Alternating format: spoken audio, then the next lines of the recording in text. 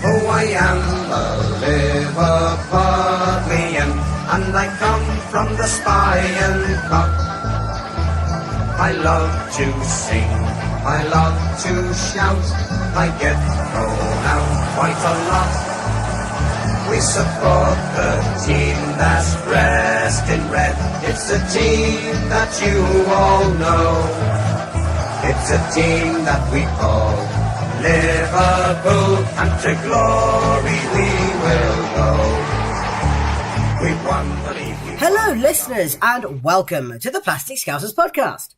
I'm your host, Matt Simpson, and this is my co-host, a man who, much like Santa Claus, enjoys nothing more than hanging around with children in shopping centres, breaking into people's houses, and forcing immigrant slave workers to live in his basement and do his bidding. It's Owen Collins. Thank you very much, Matt. Yes, it's a pleasure to be back. I've just come straight from the Arndale Centre, when I've been having a great day with some friends of mine.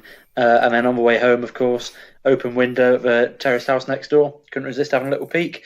And now I'm back home, just chilling out with a beer that has been brought to me by my good friend Alphonse. Alphonse is actually from the Netherlands Antilles. And he's just going downstairs to bed now. So, my time is all yours. What a day I've had. Blimey. Anyway, as we reach the crucial Christmas period for all English Football League clubs, we here at the Plastic Scousers podcast are here to bring you all the games, goals and talking points from what has been a very busy month. There is certainly much to discuss with our usual brand of insight and irreverence, as Liverpool spread quite a lot of festive cheer over the Christmas month. Absolutely. As well as that, we get cooking as we host Christmas dinner with several famous LFC faces. And we have another batch of our annual Christmas cracker jokes. But first, let's break from festive tradition and start with the football. And the Merseyside derby. Yeah, home to Everton. What a way to start the month, yeah. And obviously we were coming into this... Well, it had been a bit of a...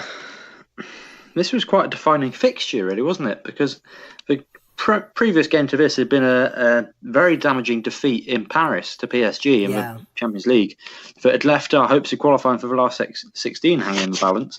Everton, they're a funny team at the moment, but under Marco Silva, they've sort of got a lot of potential that they're coming relatively close to realising. Yeah, I think they're the most inconsistent team in the league in many ways. Absolutely, yeah, I think they are. And you sort of felt that if they were going to beat us, it would make sense to do it now. Do you know what I mean? Like in terms of how these things always play out in the unwritten scripts that are bestowed upon us by the heavenly directors. You felt like this could be a real unsticking point of our season. Yeah, and the Merseyside derby, I think like any derby, it's always a bit of an unknown kind of thing where, I say we're unbeaten in the league at this point, but if we're going to throw that away to a outside the top six, essentially, side, it's going to be the Merseyside derby. But if you say that, we haven't actually lost a Merseyside derby for years. No, well, and especially not at Anfield. I don't think Everton have won in the league at Anfield this century. No, I think 1997. I think it was was it 99? It was Kevin. I remember Kevin Campbell scored the goal. Kevin Campbell, yeah, that's the one I remember. I think we're thinking of the same game, but can't remember when it is. Which just proves how long ago it was. You know what I mean? Absolutely. It was literally they haven't beaten us in the league at Anfield this millennium, which is a good stat to keep going. It would be nice if we could have kept it going. And yeah, well, that was the absolute aim, with us at this stage now, we know we are in a title race with admittedly the best side in the world right now. So it's looking pretty ominous. But if you look at, we put out a very attacking lineup here. We had the front three as we'd expect, but Shaqiri was in as well, with Fabinho and Wijnaldum as a two in midfield. So, we went for this. Yeah, that's a... Obviously, we've seen some big games this season where Klopp has played quite a, not exactly a defensive midfield, but quite a reserved one, should we say. But this one putting putting Fabinho in means Gini is more attacking minded in the midfield, and then obviously having Shaqiri on there as well, who is basically a fourth attacker as far as I'm concerned. Yeah, as opposed to like having Keita in the midfield, who would be a third midfielder. Yeah, or someone like Milner, who would be very defensively minded. Someone like Milner, Hendo, and Wijnaldum. You'd obviously have Wijnaldum kind of as the attacking thrust of those three, but the other two quite deep. So yeah, going out to win it. Obviously, the rest of the lineup, as you would expect, with the best defence in the league in defence and the best attack in the league in attack. Yeah, good lineup. I was pleased with it. Yeah, absolutely. However, it wasn't necessarily the performance you'd expect from that lineup, because the first half we weren't great, and Everton really caused us problems. And if anything, we're the better side, and absolutely should probably have been ahead. Yeah, definitely. They really brought their A game this time, and actually, it's another worry when we're talking about how we might come unstuck here. Marco Silva, it's his first Merseyside derby, and he's a manager we have had not a lot of success against down the years. He was at Hull. I think one of his first games as Hull manager, his first game in English football, they beat Liverpool, despite looking like they were going to get relegated. He then went to Watford, and obviously opening day of last season, they clawed back a draw in the dying moments of the game to end up 3-3. We've never actually beaten him as a club. So, and as you say, first half it looked like that record was going to continue. Well organised. They had a lot of chances, as you say. We were very reliant on our defence to get us out of a few very sticky situations, particularly Joe Gomez, I think, at one point. I mean, just to describe what happened here, I mean, it's fantastic save from Alisson after the ball was crossed in. I think it's Andre Gomez on loan from Barcelona, heads the ball. Alisson makes the save, and then deflects off a couple of players, and I think it falls to him again, or it falls to Walcott, or I can't remember who it was, but it goes towards the line, and Joe Gomez, absolutely brilliant clearance off the line, just stretches to get rid of it before Andre Gomez then hits the post and it goes out for a goal kick. I mean, it is, there's a reason we've not conceded many goals this season, and this was magnificent. It's that sense of everyone, being ready to cover each other's back, isn't it? And it's amazing what difference a really influential keeper makes with stuff like that, because when you have Mignolet, I mean, the defence arguably is the same as it was when Mignolet or Karius were our goalkeepers. For the second half of last season, the only different player we've got is Alisson, but you're seeing a much more coherent unit this time around, and it shows in moments like that when they are, covering each other's backs, and just because you've beaten one, even if it's the goalkeeper, you've still got more to beat. There's no man left alone out there. Do you know what I mean? No, you have to do a proper job and get everything right to score against us.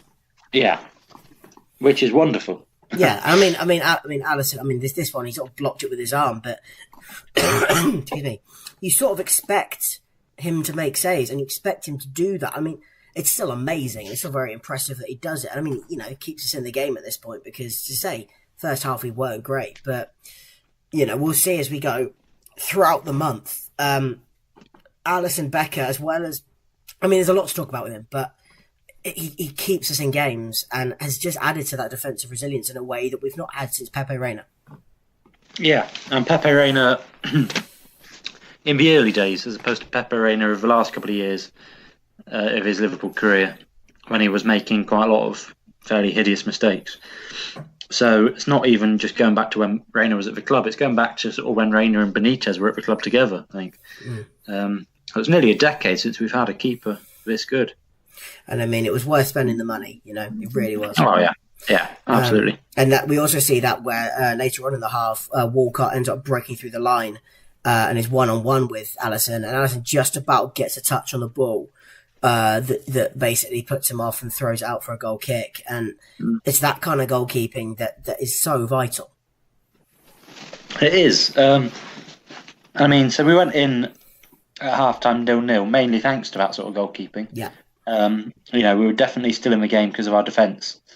which is, I wouldn't say unusual so far this season, because it's not like we've been firing on all cylinders in attack like we were last year. But yeah, we've definitely got improvements to make in the second half. And we did, didn't we? We got better. Yeah, we were better. We weren't brilliant, but we certainly showed not a threat. Yeah, better than the first half is what I meant. And, Mane in particular had a few chances that he didn't do anything with, which is becoming a bit of a frustration, I would say. Yeah, 100%. Like, it's one of the things that you sort of look at with Sadio Mane is you know how talented he is, you know how good he is, but he just his decision making is so often poor in terms of he'll shoot when he shouldn't. He needs to pass, or he'll make the wrong pass. And if he could deliver, if he could make better decisions, he'd be as good, if not better, than Salah. I really believe that. But yeah, that's his biggest I think weakness. you're right when you say his decision making is what is holding him back from being fully level with Mo Salah. Yeah. I mean, it's just he does miss a lot of chances, and it's not like he doesn't score a lot. He's just about keeping up with Salah in terms of how many he's scoring, but the amount of chances he has, if he put away every chance, and obviously it's a ridiculous argument really, because if you put away every chance, then obviously we'd have conceded a lot more.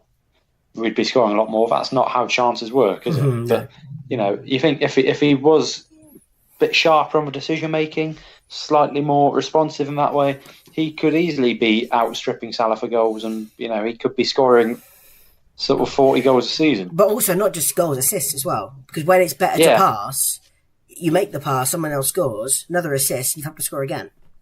Yeah. Yeah, exactly. And he does that a lot because his positioning and his running is so good that he needs to use that. Sorry, not to interrupt, but just it's one of those things that really frustrates me. It's like if you're doing everything else right, that one moment is so important because then it works. Everything works, And it is very frustrating to watch because, as you say, you know what a good player he is. You know how good he is. You know that he's capable of putting it in the back of the net, and on his day, he is the best player in the team. Like on his day, he is better than Salah. It's providing it's not Salah's day as well, But it is, and it's hard because he's so likable. He's got such a lovely smile. He's so warm as a character, and I think he really cares, which is important, Yeah, totally, and he's had a really tricky career with us in a way because he only signed 2.5 years ago. He was electric in that sort of first season, then kind of went off to the African Cup of Nations, came back and had to start again, then got injured at the start of the next season, kind of was completely usurped by Mo Salah as the golden boy and the star striker. And his whole Liverpool career, other than that first few months, has basically been playing catch up to someone, or playing catch up to his own reputation. And it's I do worry in a way that he's not as content at the club as someone like Salah or Firmino, because he is really sort of a third billing of the attacking forwards, isn't he? I mean, of the three, you would put Salah, Firmino, Mane. Yeah. And I do wonder one day if that's going to come back to haunt us and he's going to want to go somewhere where he is what Mo Salah is now. Do you know what I mean? To the club and to his family. And it's a shame because that's exactly what he was when he signed for us, But on the other side of it, he is first, in the first choice 11. So that wouldn't necessarily be the case. If he went to Man City, he wouldn't be. If he went to Spurs, he probably would be. But you know what I mean? Like, he is guaranteed first choice for us. Yeah, true. So, well, on that note, let's talk about a striker who, again, spent a very small sliver of his Liverpool career being, probably first choice striker, and has had himself one hell of an up and down ride at Anfield, but who made an appearance in this game, quite a rare appearance. It's Divock Origi. Well, yeah, I mean, just before we quickly do that, as the game progressed at this point, I mean, we were definitely the better side, but we couldn't break Everton down, and we looked bereft of ideas. And it says a lot that Origi came on as a third substitute. We'd already taken Salah and Shaqiri off for Keita, Sturridge, and Origi's on for Firmino. Like, we've taken 3 of the front 4 off because we were desperate and we couldn't seem to make it happen with our best team in the game. And I mean, Sturridge is a sort of player who, does well against Everton, but he's obviously, your second choice. And when you take off someone like Salah and put on Sturridge, it is just on paper a drop in quality. Same for taking off Firmino and putting on Origi. So there was a definite desperation about these subs here, and hoping for just them to bring something new to a game that was. Well, even at this stage, I think it was looking like we might get no points, let alone having to settle for 1. Well, I mean, it was 0-0, but Everton still looked dangerous on the break, and they were. That's what I mean. Yeah. It's there was no guarantee that we were going to get something out of this game, even if it was only a point. We could still lose it at this point. So Rodriguez's on, and it's only his second appearance of the season, I think. Yeah, he ran on, according to the Leicester spotted Origi last month, which is I'm quite enjoying as like a little tag mine for him. So this is actually his 5th appearance of him. No, it is his 2nd appearance of him. I'm sorry, it's only the 5th time he's been in the squad at all. And other than a sort of late sub against Red Star Belgrade, where we lost, this was only second. And it's kind of like, God, he's... he's still around. It's too how desperate we are. Well, he's really a forgotten man, isn't he? It's such a shame, because, as I say, in the latter half of the 15-16 season, he was a phenomenal player for us, and he was probably carrying the team for some of that. Do you know what I mean? He was he was a huge reason why we got to the Europa League final. Yeah, exactly. Huge reason. So anyway, he comes on, and we're all kind of breathing a slight sigh of resignation that our attack is now Sadio Mane, Daniel Sturridge, and Divock Origi. Yeah. And then I think I am justified in calling it probably the most extraordinary ending to a Merseyside derby out of all 232 of them. And there's been great derby moments, obviously, but I think in terms of an ending quite like this one, I don't think there's ever been one like it. I mean, Matt, where do we begin? Well, I can tell you where I began. Halfway down the stairs, having walked away thinking we'd lost the game. Or not, drawn the game. Well, I was in Butlins in Minehead. Oh, wow, of course. Somerset. Of course you were. Yeah. Because your life is Alan Partridge movie. Thank you. I'll take that as a compliment, but I'm sure it wasn't meant as. I wasn't sure then if you were going to say Alan Partridge or Alan Bennett. Both are apt. Either would suit me down to the ground, to be honest. Yeah. 2 men I admire greatly, even though one of them's fictional. But anyway, well, let's start with Virgil van Dijk, shall we? Yeah. So basically, how it happens is I think the ball whipped in, or was it a free kick? I think right at the death. Either way, the ball sort of whipped in and half cleared. We've pressed everybody forward at this stage because it is literally the 96th minute of 5 minutes of stoppage time. I mean, quite frankly, there's a half a chance it shouldn't have been going on anyway. Virgil van Dijk hits a volley on his weaker foot that spoons into the air, and he just turns away in disgust and thinks, I've screwed up here. I think a lot of Liverpool fans turned away in disgust at that point as well, because these are the sort of moments that define you. And Van Dijk, he made his debut in the Merseyside derby, and he scored the winner with about 10 minutes to go. He knows exactly how to make yourself a hero in a derby. And if that had gone in, you think if you connect well with this, flies into the net from outside the area, and that is one of the all-time great Merseyside derby goals. And instead, it's an absolute howler of a miss kick. It's just thank God he did it in their end of the pitch and not in our penalty area. Do you know what I mean? Well, because it was absolutely appalling. But it spoons into the air. It hits the top of the crossbar. Everyone else has basically walked away from it. It hits the crossbar twice. Jordan Pickford in the Everton goal. I'm not 100% sure what he's trying to do. I think he's trying to claw it in so he can pick it up.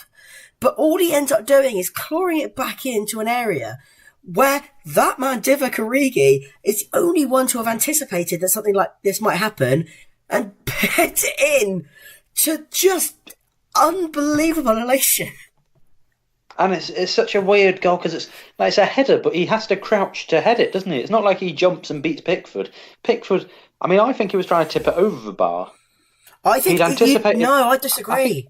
I think he'd anticipated it coming down, leapt up to meet it, to tip it over the bar, but instead it had hit the bar, and he was actually had almost reached full height of the jump, and was kind of coming down again. So rather than like pushing it upwards, he ended up knocking it back into play. And Origi doesn't like it, he sort of crouches to knock it in with the side of his head, and it's like, what sort of goal is that? But oh my god! I mean, there's so many different questions to ask. One is, everyone's going, is it offside? Does it count? Because he was so far ahead of the rest of the play.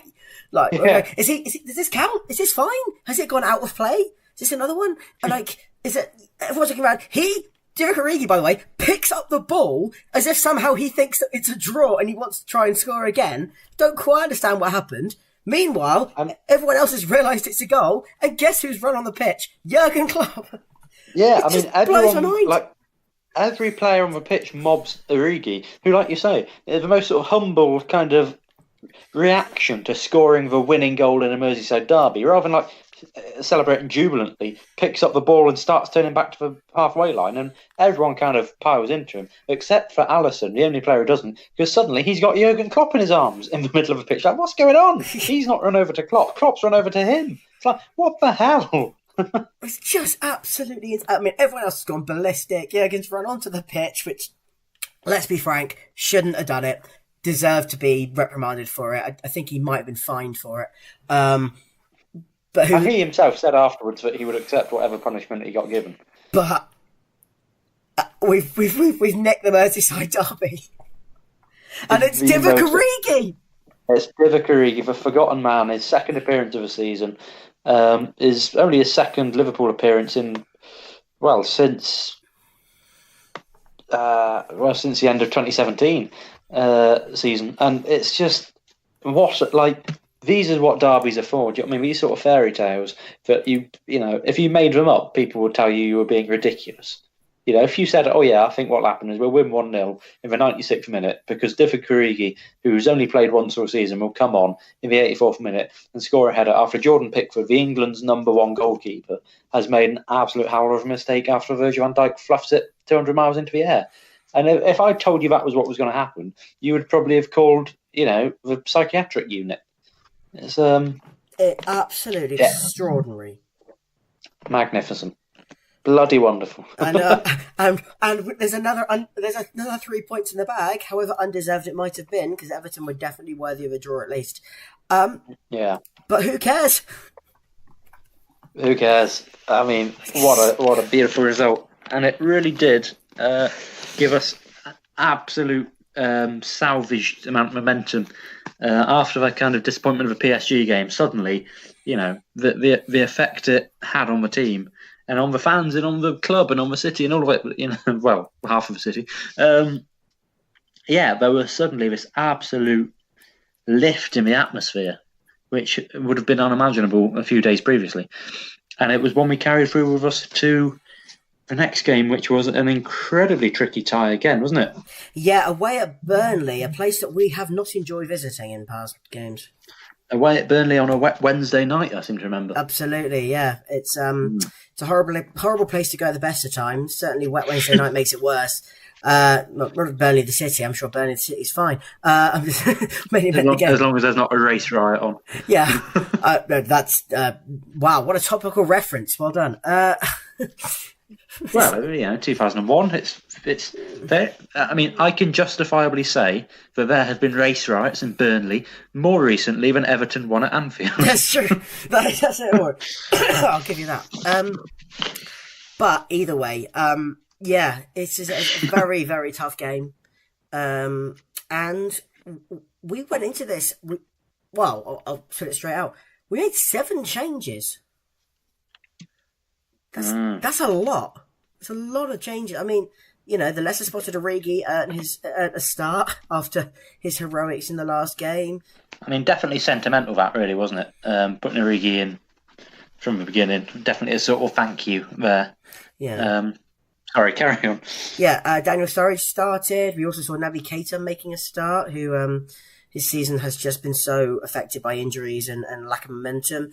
It's at the defence. The the biggest dramatic change, and we see Joel Matip in. Joe Gomez moves to right back as Trent is rested, and Alberto Moreno's in. So we can guarantee we're going to concede at least, which is a shame. Yeah, no clean sheet tonight, but that's okay. Okay, we'll have to just deal with that. An interesting stat for stat fans out there. This is the first time since May 2017 that Mane, Salah and Firmino haven't started a league game. None of them have. Yeah, that's right. I'm trying to remember what the game was in May 17 that they didn't. Because that was just as we were trying to qualify for the Champions League. So, it was 4-0 win over West Ham away. Well, actually, other than that, the team wasn't an awful lot different. You had Lovren and Matip at centre-back. It was back in the days when James Milner was playing left-back every week. Oh, yeah. And then Kleiny and Mignolet in defence, and then Wijnaldum, Coutinho, Lallana, Emre Can, and then Sturridge and Origi. So, a few survivors from that team, actually. There's only a couple who've gone. Yeah. So, compared to the lineup at Burnley that night, you had Sturridge, you had Origi, you had Asip. It's a shame Wijnaldum wasn't starting, because then you'd have almost had half, and Milner, you'd have half the team still. But anyway, this is pointless. Yes, so, a weakened side, which sort of reflected the real struggle that Burnley are having this season. They started their season in about July. I think we were still on tour in the US, because they obviously qualified for the Europa League last year, which was fantastic.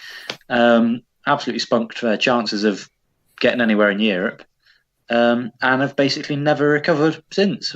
Their league form went for right Burton at the start of the season, and it's just they've been playing catch up since. So they've been really struggling this year. Hence the weakened lineup. But you still think, again, if Burnley are ever going to kind of turn their form around, it's going to be against us, isn't it? Oh, 100%. And again, for a while, it looked like that grim prediction was going to come true as well. Well, yeah, I mean, the first half was a real struggle. I mean, Burnley were, to their credit, better than they have been for most of the season, but we let them be that way.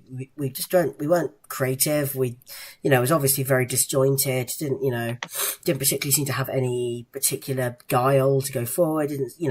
We missed our key players. It is fairly simple as that. And the only, to add insults to the pathetic injury that was the first half performance, we saw quite a bad injury to Joe Gomez. Yeah, so I think what you should have done though is say to add injury to insult. True. Because, you could say the lineup was an insult to Burnley and then we had an added injury. Would you like to do that again with that in mind? Or are you happy for me to make this correction on the podcast? I think it's more entertaining to see how shit I am at this, so... Well, I mean, I'm not, your words, not mine. I'm just saying, it's sort of art imitating life. But yeah, again, this is pointless. Joe Gomez got injured, and it bollocks, wasn't it? Oh, really not. I mean, he has been one of the standout players of the whole season. Absolutely. That centre-back pairing with Van Dijk is fantastic. And the irony is, it's when he's moved to right-back, he then picks up an injury after a challenge with Ben Mee. I think he ends up in the advertising hoardings. I'm not sure. Yeah, because slippy ground, and he went flying, didn't he? Because Burnley were not pulling any punches with the tackles they were thrown in, and it was technically a fair challenge, I think, wasn't it? Oh, it was a fine challenge. It was just unfortunately the follow through caused quite a nasty injury to Gomez, and we wouldn't be seeing him again for a little while. No, it's a shame because, like you say, he has been brilliant this season. And even when Van Dijk was sort of injured for a bit against Southampton earlier in the season, like you think, is that really going to affect Gomez's form and his confidence? Because young player playing alongside a titan like Van Dijk, but he was not at all phased, and he has been such a good asset to us. And really worrying to see him go off in such circumstances. And that also meant that Trent Alexander-Arnold didn't get the rest he probably needed because he was on. Well, he got 20 minutes. All right, fine. But he still had to play 70 minutes of the game. Coming on straight away. And, it was the first half really very disjointed. And we go in at half-time 0-0. And, I mean, Burnley, to their credit, whilst they weren't creating a huge amount, I mean, it didn't look like we were going to either. it was a bit like the Everton game in that respect, except more forgivable because we didn't have our first choice team out. But yeah, not looking great. Second half started, and suddenly, actually, we started better. Again, not great, but better than the first half. And yet it was us that went behind first. Yeah, I mean, I'd just like to shout out to the man I mentioned earlier, Naby Keita, who I think was the best player for us in this game, playing in his correct position, which at times this season he hasn't done. I mean, he had a brilliant long range strike that Hart saved brilliantly onto the post. And he was basically carrying the team for part of the game. But as you say, we end up going behind after Burnley gets momentum up. 10 minutes into the second half, and I think it's from a corner. Yeah, I think it's a corner. Comes in, it's headed in. Alisson spills it. It's not a brilliant save. I mean, it's deflected onto him, so he sort of has to react. Unfortunately, spills it out, and former Southampton man Jack Cork slams it in, and we're behind. Yeah, and there's not many times this season you can really say, Alisson should have done better there. But Alisson should have done better there. Yeah, I mean, the other side of it though is the goal shouldn't have stood. Yeah, it was offside, wasn't it? Yeah, I mean, so the idea of offside now, in terms of the new rules that we set in the last couple of years, is that if you interfere with play, it counts being offside.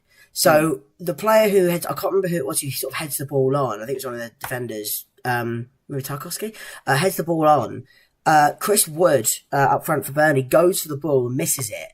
He's the one. Chris Wood, wouldn't he? Yeah, he would. But he's in an offside position. So at that point, the flag should go up. Alisson's then thrown by that, I think. So he doesn't, he's indecisive, makes the error that then spills out to Jack Cork. So the goal shouldn't stand. It is offside. But unfortunately it does. Yeah. And we're suddenly really up against it.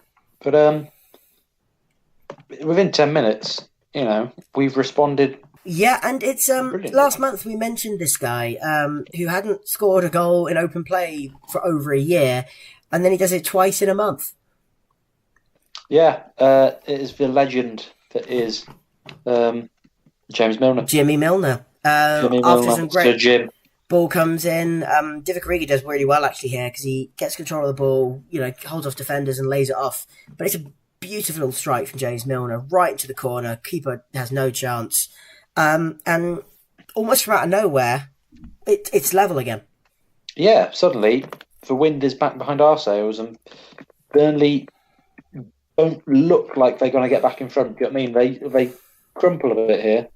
Is that fair to say on Burnley, do you think? Well, I think we step on the gas at this point, and it's very soon after this we actually make the changes that win the game. Jurgen Klopp, as we know, is a man who doesn't make substitutions as he has to the absolute infuriation of everybody. But he throws both Salah and Firmino on after we equalise, and I mean that just gets control of the game, and from then on we are the dominant side, certainly in terms of possession and play. And it's very soon after that we take the lead. Yeah, through one of the substitutes. It's Roberto Firmino. His first touch, I think. No, this is a delivery from Trent Alexander-Arnold deep on the right hand channel. He delivers it in, and the defence kind of don't follow it. Virgil van Dijk does. Manages to stretch his very, very long legs out to keep it in play. Rolls it across, very long and shapely legs. To roll it across to Firmino for a tap in from about 2 yards. That's it. That's what I'm thinking of. For some reason, I thought that was against Wolves. No, that is his goal. There we go. And we take the lead with it. But yeah, that gives us the lead, and we've turned it round in 6 minutes. And from then on, really, there is, Burnley have a couple of chances, but it's ours to lose. Yeah, you say that, but we, as much as we have possession of the ball, we come so close to throwing this away. On the stroke of the 90th minute, right? We are Burnley have put some pressure on over the last few minutes and win a corner. The corner comes in, and I think it might be Tarkowski or Ben Mee or somebody gets his head on the ball, and it is another extraordinary save from Alisson. Claws it out from right in the top hand corner. I mean, it's incredible. And 30 seconds after he does it, Shaqiri finishes off a brilliant move and wins the game. It's just, I mean, that is what we've bought him for. He just pulls off a save that Mignolet and Karras would never have done. If that had been one of them, 2-2. Yeah, and you wouldn't see us scoring again. No. In the time we had. But, I mean, it's such a brilliant move after that as well, because after he claws the ball out, it's gorgeous one-touch football. I mean, ball is sort of distributed out, and I think it's Daniel Sturridge who chips the ball forward. Mo Salah's running in, with Shaqiri sort of following in the centre of the park. And it's literally one-touch volley football. Salah then ticks up the ball, one-touch volley into Shaqiri. Shaqiri, first-time volley, slams it in. And from 30 seconds ago, almost conceding, it's 3-1, game over, and it's 3 points. Yeah. And again, the kind of momentum we had after that Everton win is just sustained. And if anything, this feels an even bigger victory because it's such a tricky tie. It's coming from behind. And it's just, phenomenal. A real feel-good win, Yeah, and I mean, it's one of those where you sort of, on another day, we had got it horribly wrong and walked away with 1 point, if not none. But this Liverpool side seems to be different, and this Liverpool team, this season, just seems to be different. It does. Doubters to believers and all that. It's incredible, really. Absolutely incredible. And we walk away with 3 points, as we've got another away trip to come. Yeah, other end of the country, down to the south coast, and, well, I'll let you decide whether you want to call it Dean Court or the Vitality Stadium. But if we go with the latter, there was plenty of vitality in this performance, wasn't there? We're away at Bournemouth, and they're a side we've struggled against. And in fact, we've either struggled against them or beaten them comprehensively. It's a really weird one with Bournemouth. And you're never quite sure whether we're going to absolutely wallop them or be very, very embarrassed. But this was, thankfully, the former. This was a walloping. Yeah, I mean, it's a full strength side again. We come, back with the best side we basically have. With the exception of right back, actually. Well, I mean, yes, we see Jimmy Milner play at right back because of the injury to Joe Gomez, and Trent was on the bench. And Sadio Mane has also been matched alongside Virgil in the centre. And Sadio Mane is rested for this. But it doesn't seem to matter because although, the first half, we do seem to dominate the game and we do create a lot of chances, but we sort of, again, just seem to be the pattern emerging throughout the podcast is that creating chances is one thing, finishing them off is another. But luckily this time we do actually manage to break the deadlock in the first half, although slightly controversially. Yeah, it's Firmino that has the initial shot straight at the Bournemouth keeper, Asmir Begovic, who at one point was linked with us, but we bought Mignolet instead. Only the listeners can decide for themselves whether we made the right call there. But spills it and sort of basically spills it into the path of Salah, who leaps straight in and smashes it into the net. Claims of offside. Matt, what do you reckon? It's offside. I mean, there we go. There's no two ways about it. He's a yard in front of the defender. That's settled.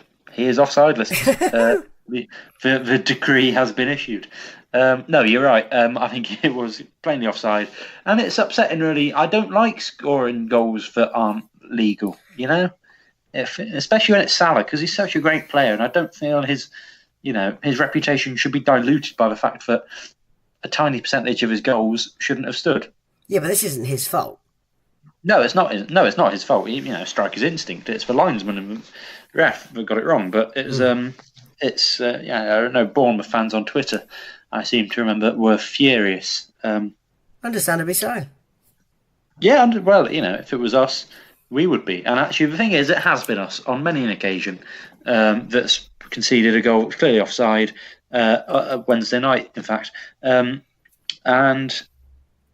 What goes around comes around ultimately, doesn't it?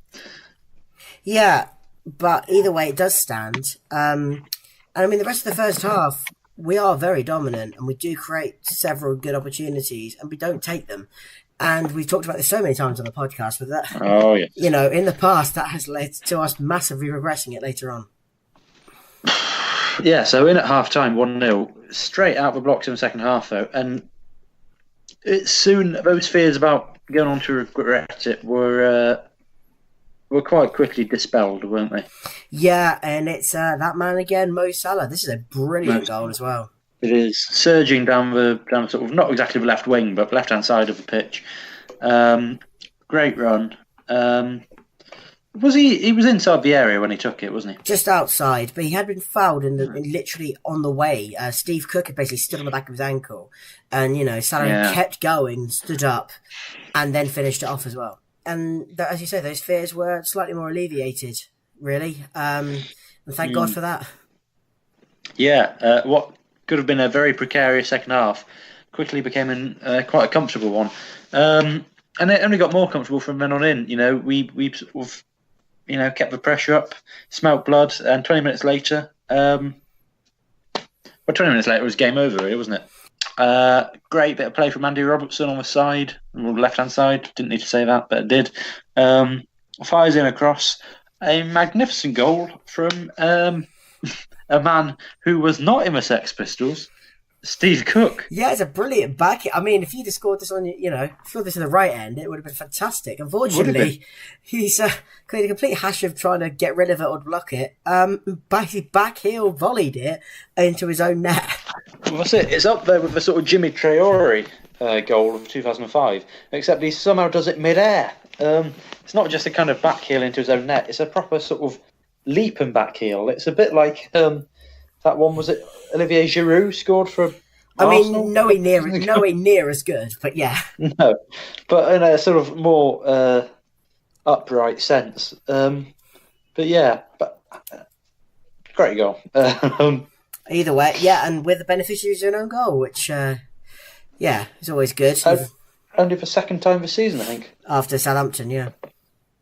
And it's game over, really, isn't it? There's no, they weren't coming back anyway, but that's the sort of nail in the coffin there. Even against Bournemouth, who, as I say, often come back against us and make us look silly. And then about 10 minutes after that, there was one more.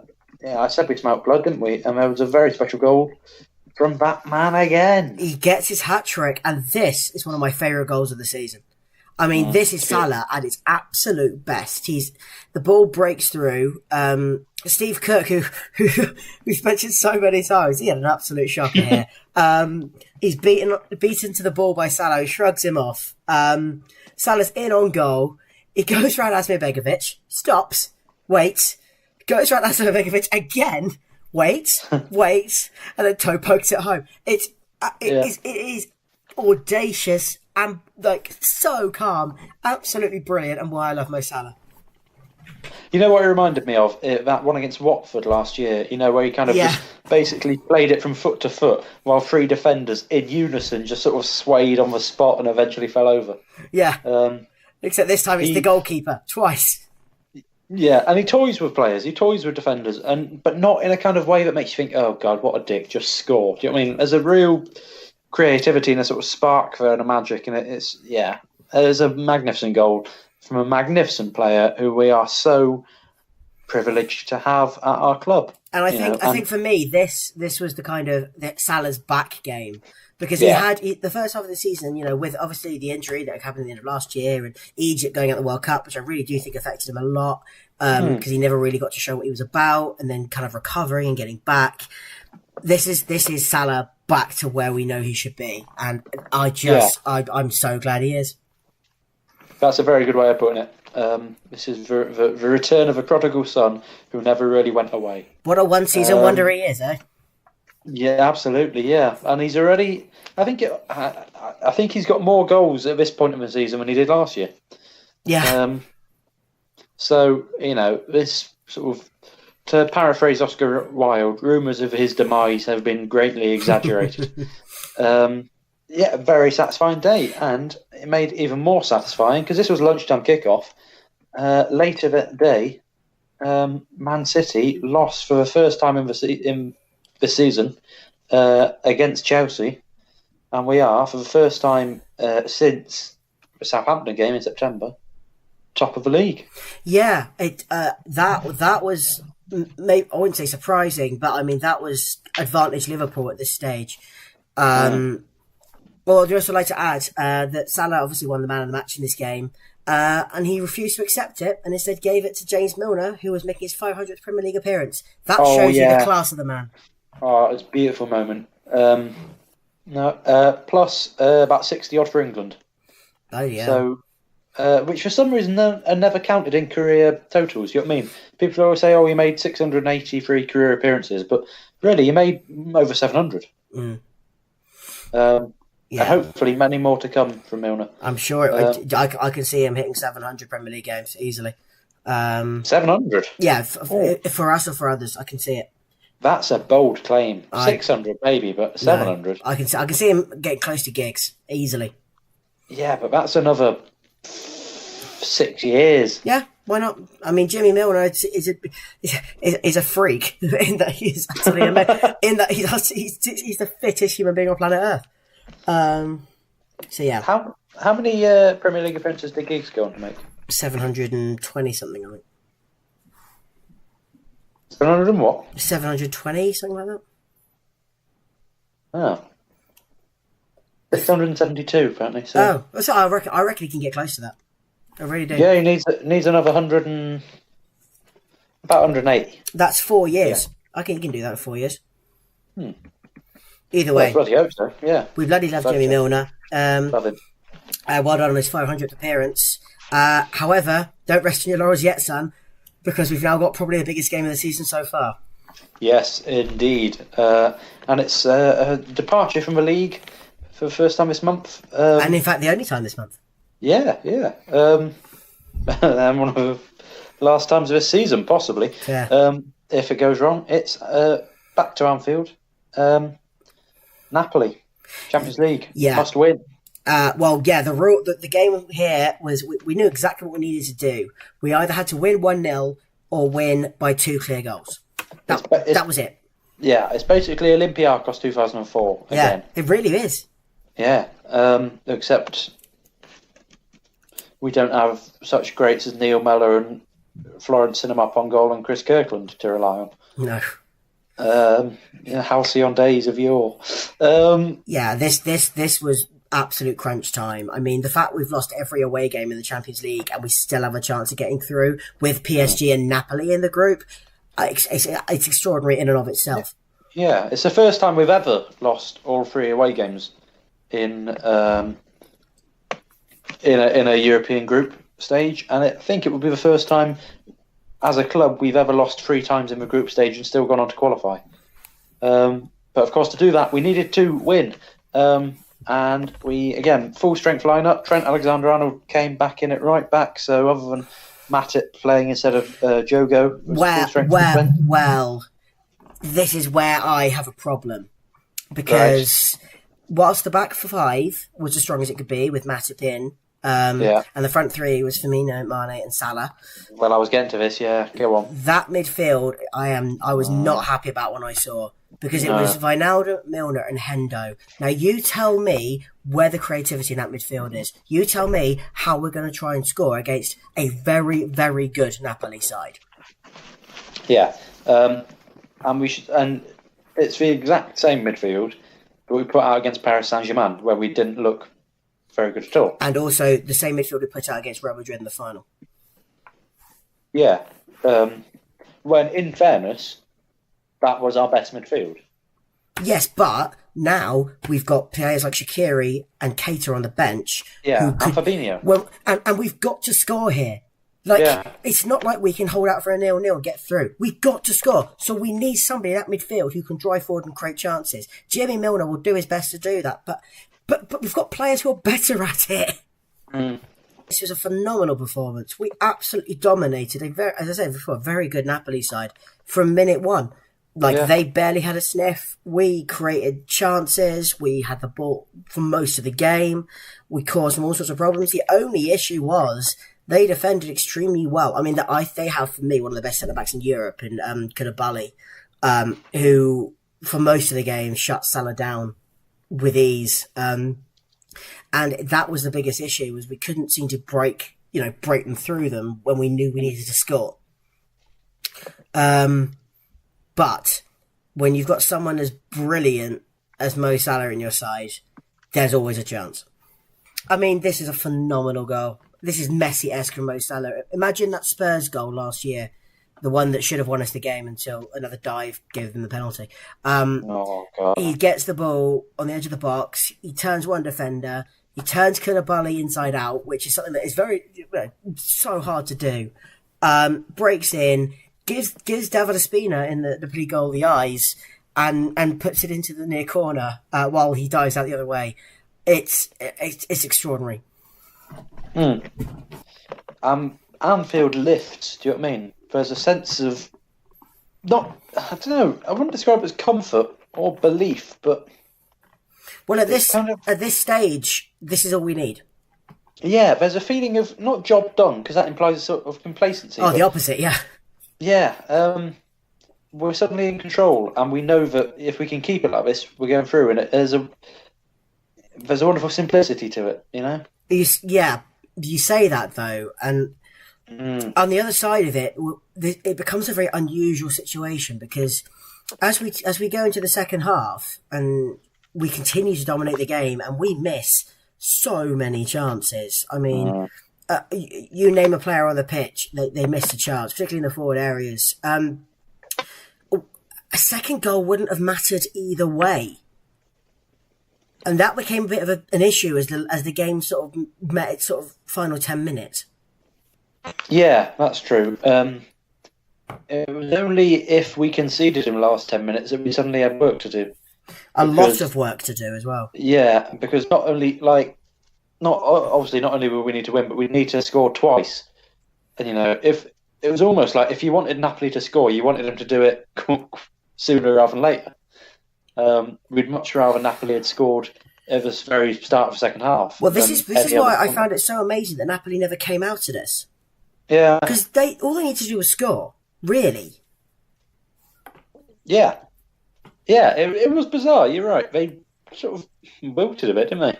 Until the last sort of 10 minutes, where they actually came out and had a go at us.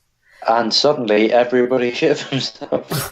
Well, the problem was, right, we made a couple of changes already that had seen Firmino and Milner off for Keita and Fabinho, and then Trent got injured, and we had no one else to play at right back. Well, Fabinho could have done, but he was in midfield. So Lovren came on and just sort of played a makeshift right back role, and didn't look comfortable.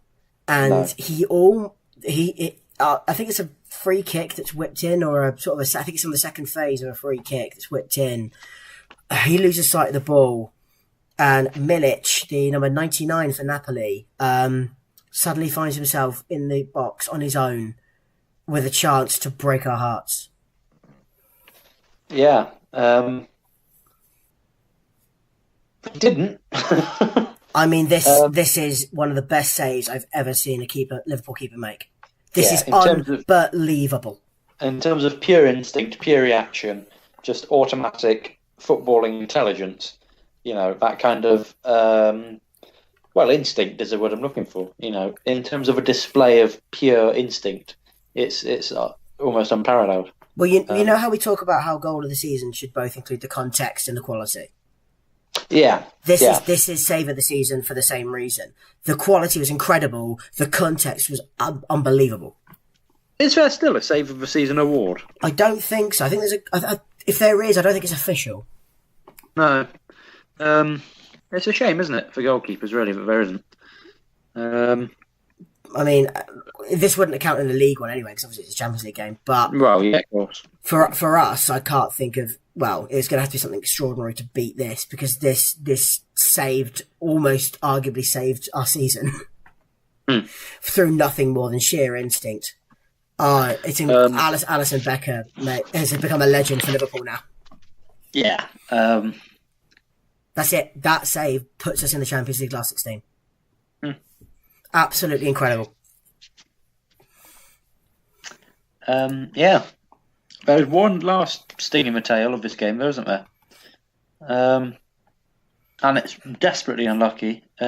We thought that was right at the death, but as the game is literally in its final split seconds, and bearing in mind, as we say, Trent's gone off, Joe Gomez is already injured, Joel Matip jumps for just a fairly innocuous header, comes down hard on his collarbone, and is out for about 6 weeks.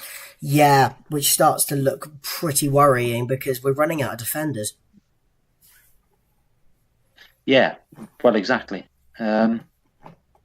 But either way, we win the game 1-0. And I mean, you think about Liverpool teams in the past. To get through like this, we would have had to have won 3-1 or 4-2 or something crazy. But as I said earlier, this Liverpool team are different. And we've just done the job we needed to do as simply as possible. That doesn't happen to Liverpool.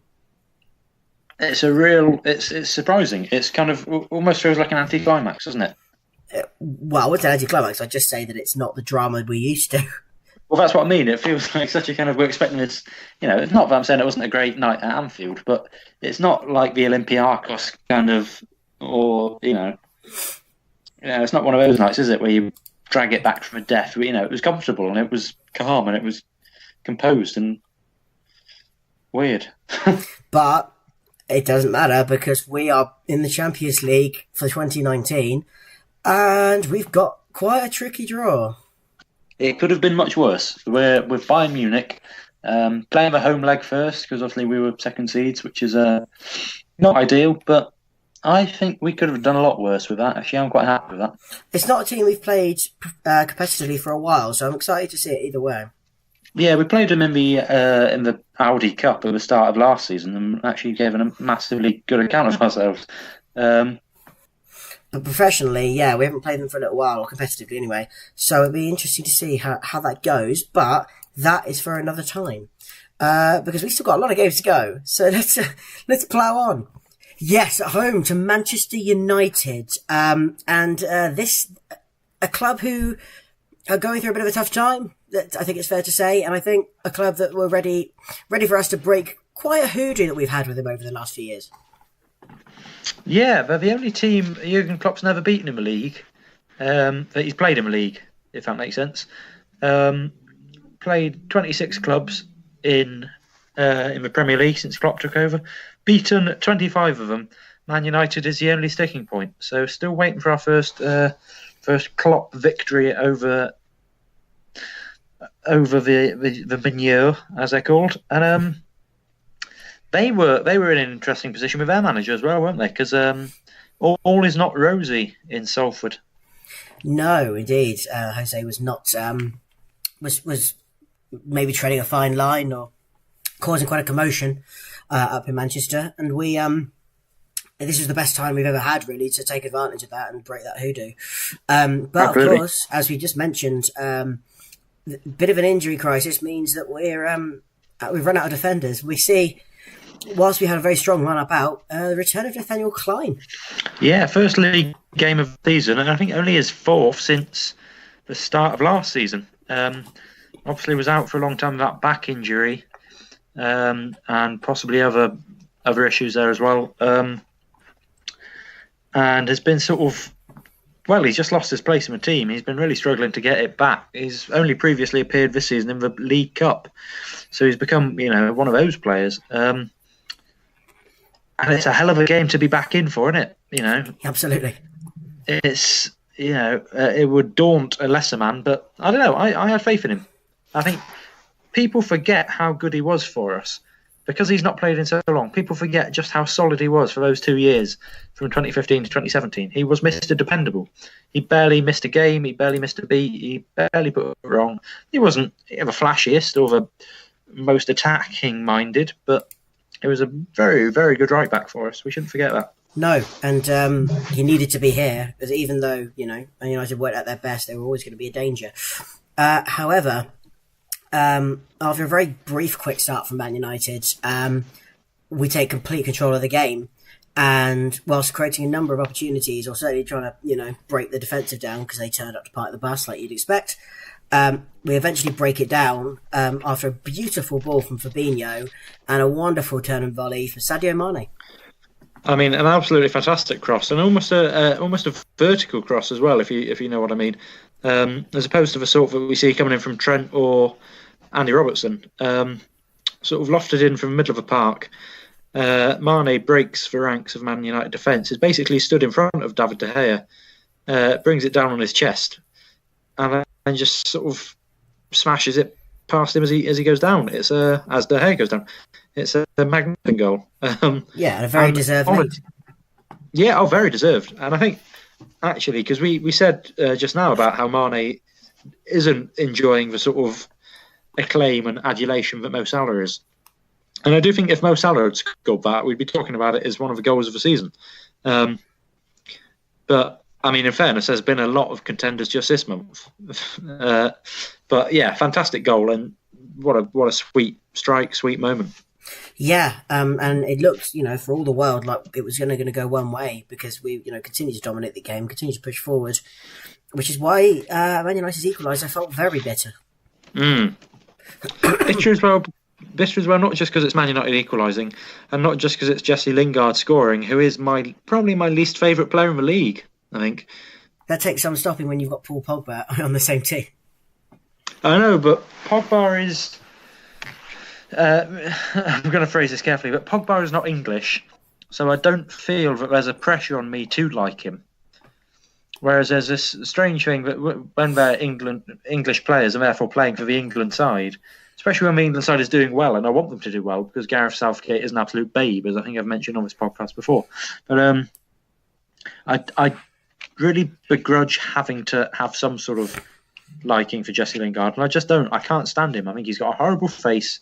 I think he's a horrible person, and I don't think he's that good. But anyway, this bitter because it was a bit of a mistake from Alisson, wasn't it, Matt?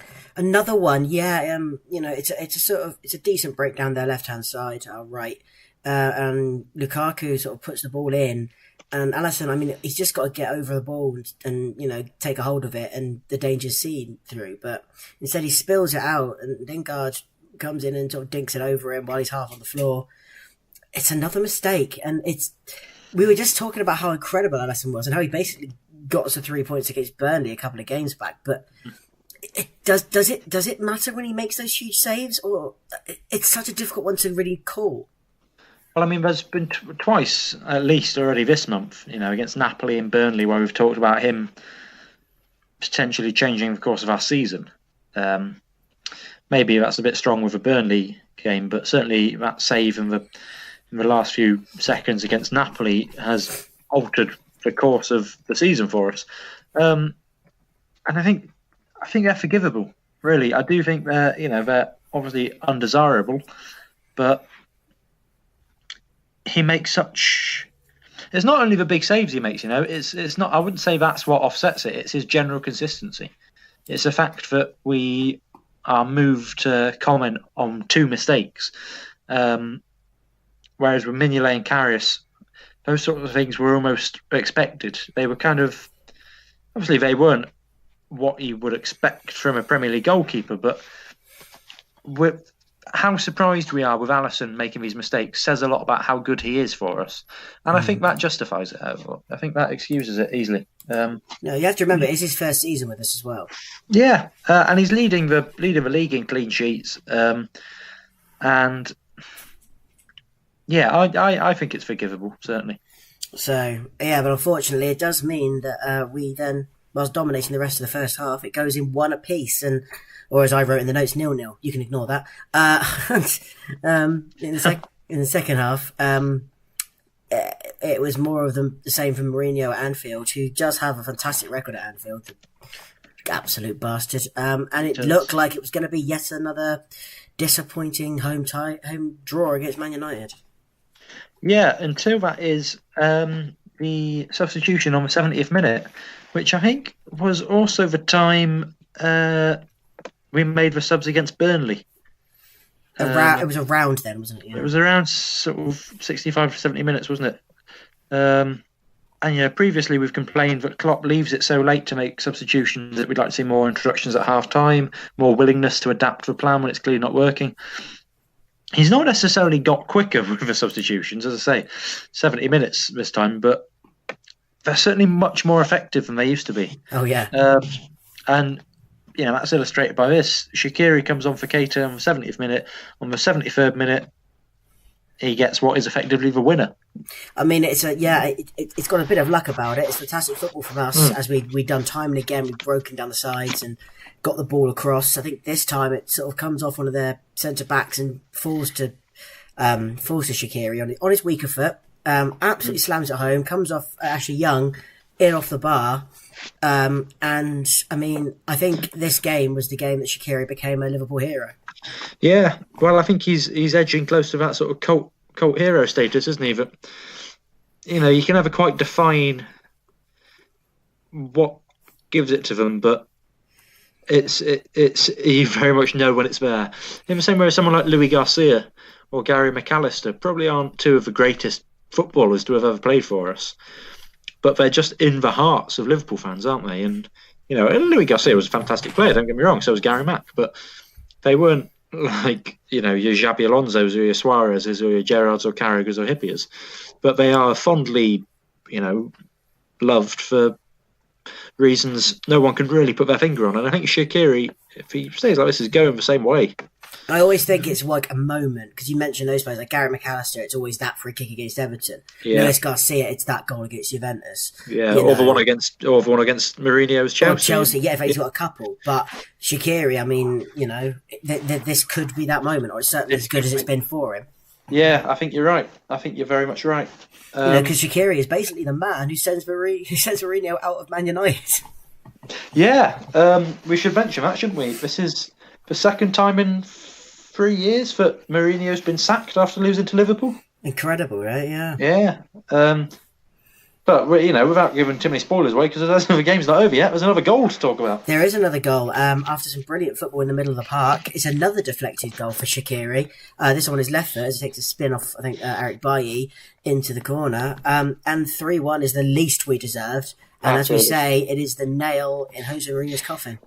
And you can say, they were lucky goals, they were deflections, especially first one, it was off Young, then it was off the crossbar, but it's not like Man United's goal wasn't lucky. Once in a blue moon, Alisson makes a mistake and Lingard just happens to be sticking his foot out at the right time. That's the definition of lucky. And, it was more than a deserved result. And it brings me back to what we were saying about Alisson. What we said in 2013-14 season was our defence wasn't great. It was I think it was Sacco, it was Lovren, it was Flanagan, it was Glenn Johnson, it was at times Ali Sissoko.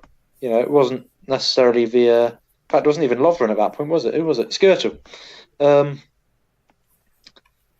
was shaky and it was porous, but when you had an attack like Sturridge and Suarez and Sterling banging them in, it didn't really matter too much.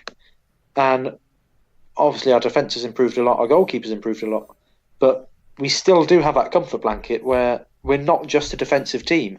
And although we've played a lot more defensively this year, Alisson can have that liberty of making a few mistakes because we've got such a phenomenal strike force that most times he's made them, we've been able to bail him out the other end of the pitch. Obviously, he should stop making mistakes, but there's that comfort there that 1 or 2 a season probably isn't going to make too much of a difference when you've got 3 of the greatest strikers in the league plus Shaqiri doing the business up the other end. No, and I think the stat that I think sums up this game and why it was so deserved, we had 36 attempts on goal. That is one as quicker than one every 3 minutes. And every outfield player on the pitch had at least one attempt on goal. That's magnificent. That is magnificent. So you talk about, the forward players being able to do the business. Quite frankly, anyone could have today. Yeah. Yeah, remarkable. And as I was saying before, we've now beaten every single team that Klopp has ever faced in the league. 26 out of 26. That is a very, very satisfying stat. Well, could it be 27 out of 27 as he faces a newcomer to the Premier League under his reign as we go away to one of the most tricky sides in the league? It's Wolverhampton Wanderers. Wolverhampton Wanderers, who are actually the only side now after the Man United win that Klopp has played but not beaten.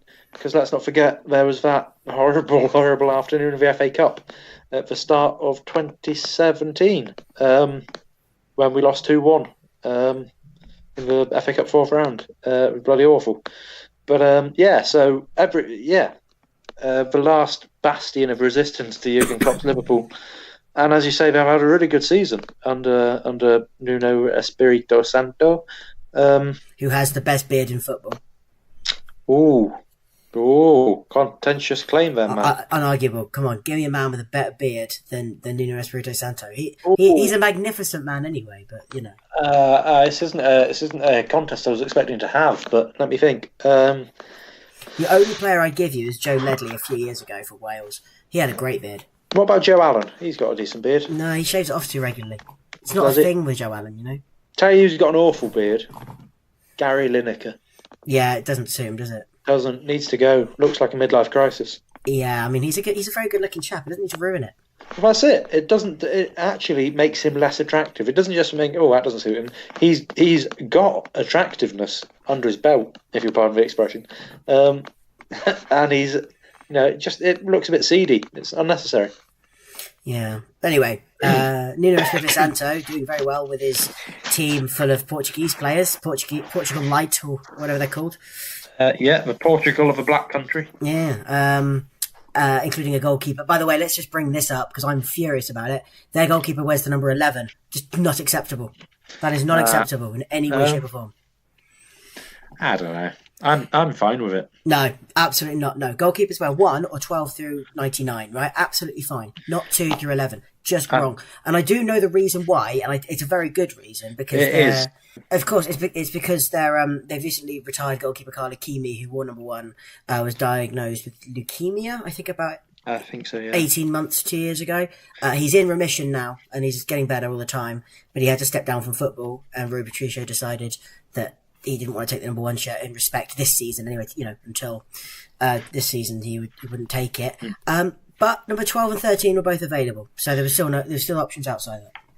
I just think I welcome innovation with shirt numbers as well, and I applaud Rui Patricio for both his moral reasoning and his daring and not taking the more hackneyed choice of 12 or 13. And I look forward to a day when we're seeing a goalkeeper making stunning saves wearing the number 7 or even the number 4. Well, I mean, not to go too deep into this because I could talk about it for hours. But I know you could. the most famous one is Jens Lehmann often wore the number 9 for Germany, which I didn't like. No, I mean I didn't like Jens Lehmann, but again, I think that particular act has my support, and and you're talking about someone who still thinks that our best goalkeeper last year was our number 52, Danny Ward. So yeah, but that's fine because it's not 2 through 11. It's fine. Yeah, but it's 52. I mean. So? Trent wears 66. He's the best right back we have. Well, yeah, he's 2/3 of a beast. But why is 52 acceptable, but 2 isn't? Well, because it's just wrong. I don't know. It's like nails down a blackboard for me. It just gives me the shivers. Fair enough. We'll hear more from Rain Man later in the podcast. Thanks. Sorry, that was harsh. All right, then I'll leave you to it. Go on, tell us about Wolves v Liverpool.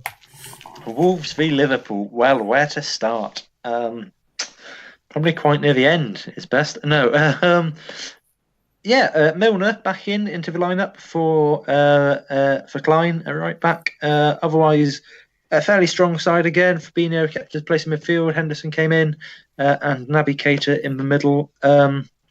Klein stays on the bench though, so it's got a sort of familiar look to their lineup. And yeah, started well. Matt, would you say? Come back. I miss you. Owen can't be left to his own devices. I can. Just things go badly wrong when I am. Yeah, and I've got to edit it later. So actually, you say it started well. I would argue it didn't start too great for us because, well, I mean, we had a lot of the ball, but we were making quite a few mistakes at the back. We were quite sloppy, which hasn't been like us most of this season. Because Wolves are a very, very dangerous side. Like, there's a reason why they're doing so well in the league, and they've got phenomenal play. Ruben Neves is one of the best players outside the top 6.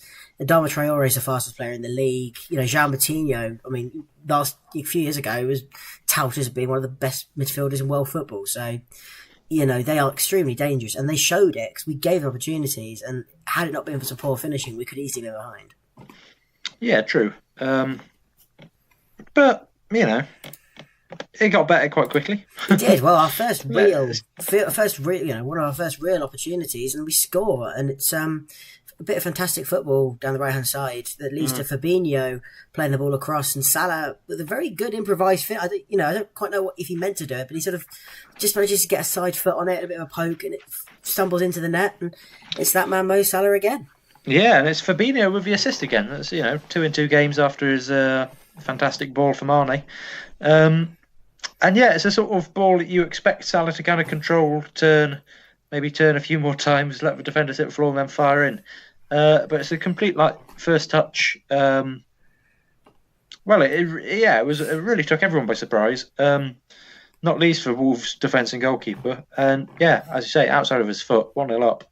Another lovely goal. It was, yeah, and it was, it led us to. Well, we still weren't brilliant in the first half. I won't lie. I mean, Wolves were still. I wouldn't say the better side, but they were causing us a few difficulties. And, again, Alisson to rescue. Van Dijk was absolutely imperious, as you'd expect. Even Dale Lovren had a good game. But then, I could play alongside Van Dijk and have good games. So it seems to be the way things are. But in the second half, I think we had a bit of talking to from Jurgen Klopp, and we were a lot better and a lot more in control of the game. And we stopped giving Wolves the opportunities to take control of the game, really. Yeah, we did. And at the kind of what we shall now officially christen the substitution point in the game, 68th minute, there was another little piece of history, wasn't there? I would say. Yeah. Is that a bit grand? I wouldn't say it was a bit grand, because it is true. It's a bit of history. It is Virgil van Dijk's first Premier League goal for Liverpool. Yeah, and his first away goal for Liverpool as well. Ball comes in from Salah, and Virgil van Dijk, like a striker, sort of instinctively makes a brilliant run into the middle of the box, gets in front of the defender, and pokes it home. Yeah, I mean, this is when the long legs that come in so handy at the back. They're also advantageous up front. Really well taken goal, lovely little sort of poacher's tapping, and that sort of seals the game. 20 minutes to go, but. We don't look particularly threatened after that. I think there's obviously Wolves have chances, but I think for the most part, that's for finisher. Yeah, this we saw the game through at this point. I think by the end of it, we were fairly comfortable. A 2-0 is a fantastic result away at Wolves. Man City couldn't get a result here. Spurs were lucky too. Very few teams will come to the Wolves this year and get the points, but we did. Yeah, I'd say Man City have struggled against them already in the season, and actually it was a struggle against Man City, or rather a struggle for Man City, which was perhaps the defining thing about this game, despite happening almost 24 hours later. This game took place on Friday night. Man City the next day were at home to Crystal Palace. You'd think a relatively straightforward victory for them, but it wasn't to be, was it? No, they lost at home. Incredible result, and also probably the goal of the season from Andros Townsend as well. Yeah, they not only did they lose at home, they were 3-1 down at one point. That's just remarkable. And so we are all of a sudden 4 points clear of top of the league. What a Christmas present that was! What a Christmas present that was! And we must mention, and I think it's only fair, Roy Hodgson, because, and it's a big because, or a big if rather, but if we go on to win the league. Pipping Man City to the post, we will look back on Man City losing at home to Crystal Palace as a defining fixture in our winning the league.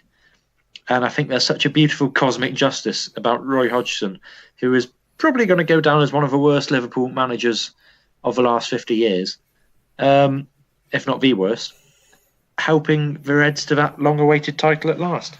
Even by proxy, absolutely. Even by proxy. And I won't count the chickens just yet. But no, long way to go. Yeah, a long way to go. But this was almost advantage Liverpool by this point. Totally. It's ours to lose now. The first team to make we were still unbeaten at this point. We were one result away from going half a season unbeaten, which is absolutely remarkable. And it was the next game that was going to be the one to decide it, and it was Rafa coming home again with his Newcastle side. Yeah, Rafa, who has only ever lost to Liverpool once, I believe. Even in his pre-Liverpool days, he's known how to organise against the Reds. He's always done it well. And yeah, bringing a Newcastle side that actually included 2 former Liverpool players, Matt. Not in the... Well, no, neither of them are in the squad. Neither of them are in the team. I think much missed left back Javier Manquillo was on the bench, or right back, or wherever he played back twice. A player that I had a great fondness for, actually. But and Jonjo Shelvey, who is maintaining his reputation as an endearing, if unpredictable, sort of nut job. But yeah, what was our team like, more importantly? Our team was pretty much as strong as you get. You know, front four was Shaqiri involved. Trent was back in. Pretty much the strongest lineup. You know, there was no messing around here. We'd had a few days. We were lucky, really, because actually the schedule worked out really well for us over Christmas. Gave us a few days from that Friday to this Wednesday on Boxing Day, where a lot of teams play at the same time. So we had a good rest. We had a good squad. And I think it's fair to say that this was very much business as would be expected. We pretty much dominate from the first minute in this game. I mean, to be fair, they very nearly score early on through Hostelus. Gets a head on goal, very nearly scores, which wouldn't have been ideal. But it would have also been fairly against the run of play. After 11 minutes, we set the tone for the rest of the match through a very unlikely source with a fantastic thumping volley. Yeah, we were only just saying about Dane Lovren's goal-scoring prowess, sort of. And here he was demonstrating it again in the 12th minute. Balls crossed in from a corner. They've sort of half cleared. And the half volley thumps it into the top corner. It's a brilliant goal. It almost took the net off. Yeah, fantastic goal. It's another goal from a centre-back that looks like a goal from a striker. Yeah, becoming a bit of a theme this season. I mean, there isn't. The thing is, the rest of the first half, Rafa as we've always said, is very good at organising against us, and we find it very difficult to break them down. Which is again something that's happened a lot this season. But I guess when we are as good as we are, you sort of expect it. But we don't really create a huge amount of chances past a solid Newcastle defence, and as we always say, at 1-0, it's never comfortable. No. So it then comes to the second half. It doesn't take us long for us to double our lead, but in quite controversial circumstances. Yeah, controversial but long awaited. We've not had a penalty at Anfield for well over a year by this point. And as a sort of Christmas present from Graham Scott, here it was. Not really a penalty though, is the only problem. No, Paul Dummett sort of grabs a little bit of Mo Salah on the arm. Salah goes down far too easily, which is something we don't want to see. We here at the Plastic Scousers hate all forms of diving except the one that Tom Daly does. That's, Yeah. Or like a is it a pelican sort of diving in and picking up fish in its beak? Like a seagulls do that, don't they? No, seagulls do that as well, I suppose. Yeah, most birds. Yeah. Red kites do it. Sometimes there's just these small rodents and ferrets worth picking up. I suppose dolphins dive in a way, don't they? They kind of come up and then they dive back in, and then when they do a sort of splooshy thing. So dolphins diving we're quite in favour of. Dolphins, red kites, seagulls, who say pelicans, Tom Daly. Submarines in the war, dive, Tora. Often the best way to avoid being detected by the enemy. It's really the main advantage of a submarine is that it can go underwater and it's harder to see, if not impossible, if you're not underwater yourself, in which case it's fairly obvious. Something they've not yet cracked is making submarines invisible if you're underwater looking at a submarine. It's if anything, they're too visible. They're massive. Most submarines. You get the little sort of like what's the one? Little automatic ones that go down, like that investigates the Titanic and that. But generally, submarines are pretty big, I think. Yes. Mo Salah, it's not something we want to see from Mo Salah. And spoilers for next month, it will happen. We'll be discussing this again. But he does earn the penalty. I'll do some more submarine research in preparation. Okay, we'll look forward to that.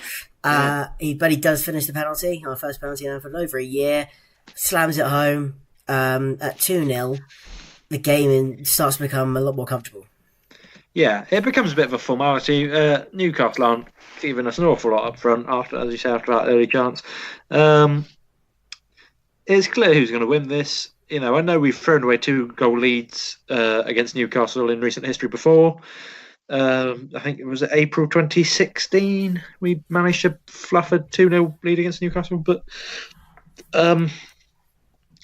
different side now, and it was comfortable, it was predictable, but it was nevertheless satisfying to sink into the boozy, hazy afternoon of Boxing Day, Exactly. with a cheese biscuit and a glass of something alcoholic, with a knowledge that Liverpool were staying top of the league. Exactly. But it didn't finish like that. I'm giving it this kind of full-time sort of speech, but actually there were 2 more goals to talk about. So tell us about them. Yeah, firstly, I saw some very good football. Brilliant pass from Jordan Henderson into Trent Alexander-Arnold, lays it on a plate for Jared and Shaqiri to tap in for his for another goal for him. Then a few minutes later, from a corner, it's the first goal in the Liverpool shirt for Fabinho. He's having one hell of a month.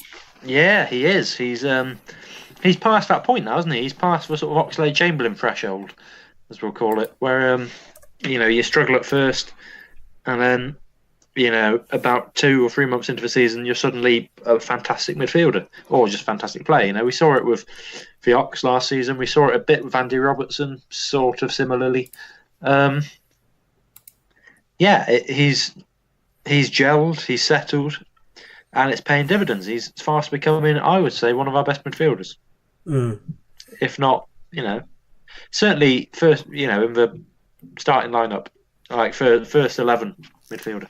Absolutely. And that nice little cherry on top of the cake rounds off a 4-0 win, which not only means we're unbeaten for half a season, meaning we've only dropped 6 points in the first half of the season, which is just unbelievable. Perfect win record outside of the top 6. As well as all those stats, Man City blow it again. They do. To do it once is surprising. To do it twice is miraculous. They lost to Leicester. Yeah, away from home, in a club who had having some troubles this year. On and off the pitch, sadly. Seemingly, both in terms of football and otherwise. But this was one hell of a moment for them. A 1-0 win against Man City. And I mean, Spurs suddenly become second fiddle to Liverpool. Yeah. We're 6 points clear. We're 6 points clear, and I think we're equal on goal difference at this point as well. Or maybe no, not yet. Sorry, we're nearly equal on goal difference. We're catching them very quickly. Very quickly catching up. Which, given they were almost a dozen ahead at the start of the month, we are steaming up the table. And I mean, a draw would have been a great result for Leicester. They got the winner in the 81st minute through Pereira, and 7 points clear of City, 6 points clear of the top of the league. It's still very good, isn't it? And like you say, it's not territory we're used to. I've got a nosebleed coming on. We're so far up the table. I mean, what's going on? What's going on is there's one more game left in December in what has become one of the best months I can ever remember Liverpool having. And we go to the second half of the season welcoming Arsenal to Anfield. Yeah, so as we say, we've played all 19 sides at this point and beaten 16 of them. Arsenal are one of the teams we've not beaten, and so it's an instant chance to put that right. And well, we were expecting a tough game here, weren't we? Unai Emery's got them playing some good football this season. Still look a bit inconsistent, but I think it was. We thought it might be close, certainly closer than it has been in previous years, where Arsenal have been battered by us year after year, certainly at Anfield. But we thought it might be a bit tighter this time round, despite how well we're playing and where our position is in the table. And we've certainly gone for it. We put the front three and Shaqiri in with a two in midfield. So we've certainly got the ambition to go for it. As opposed to playing three in midfield and trying to be a bit more safe. And I mean the performance showed it really.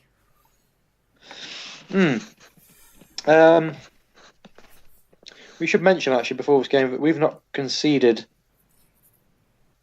We've not been behind in the league at Anfield this calendar year.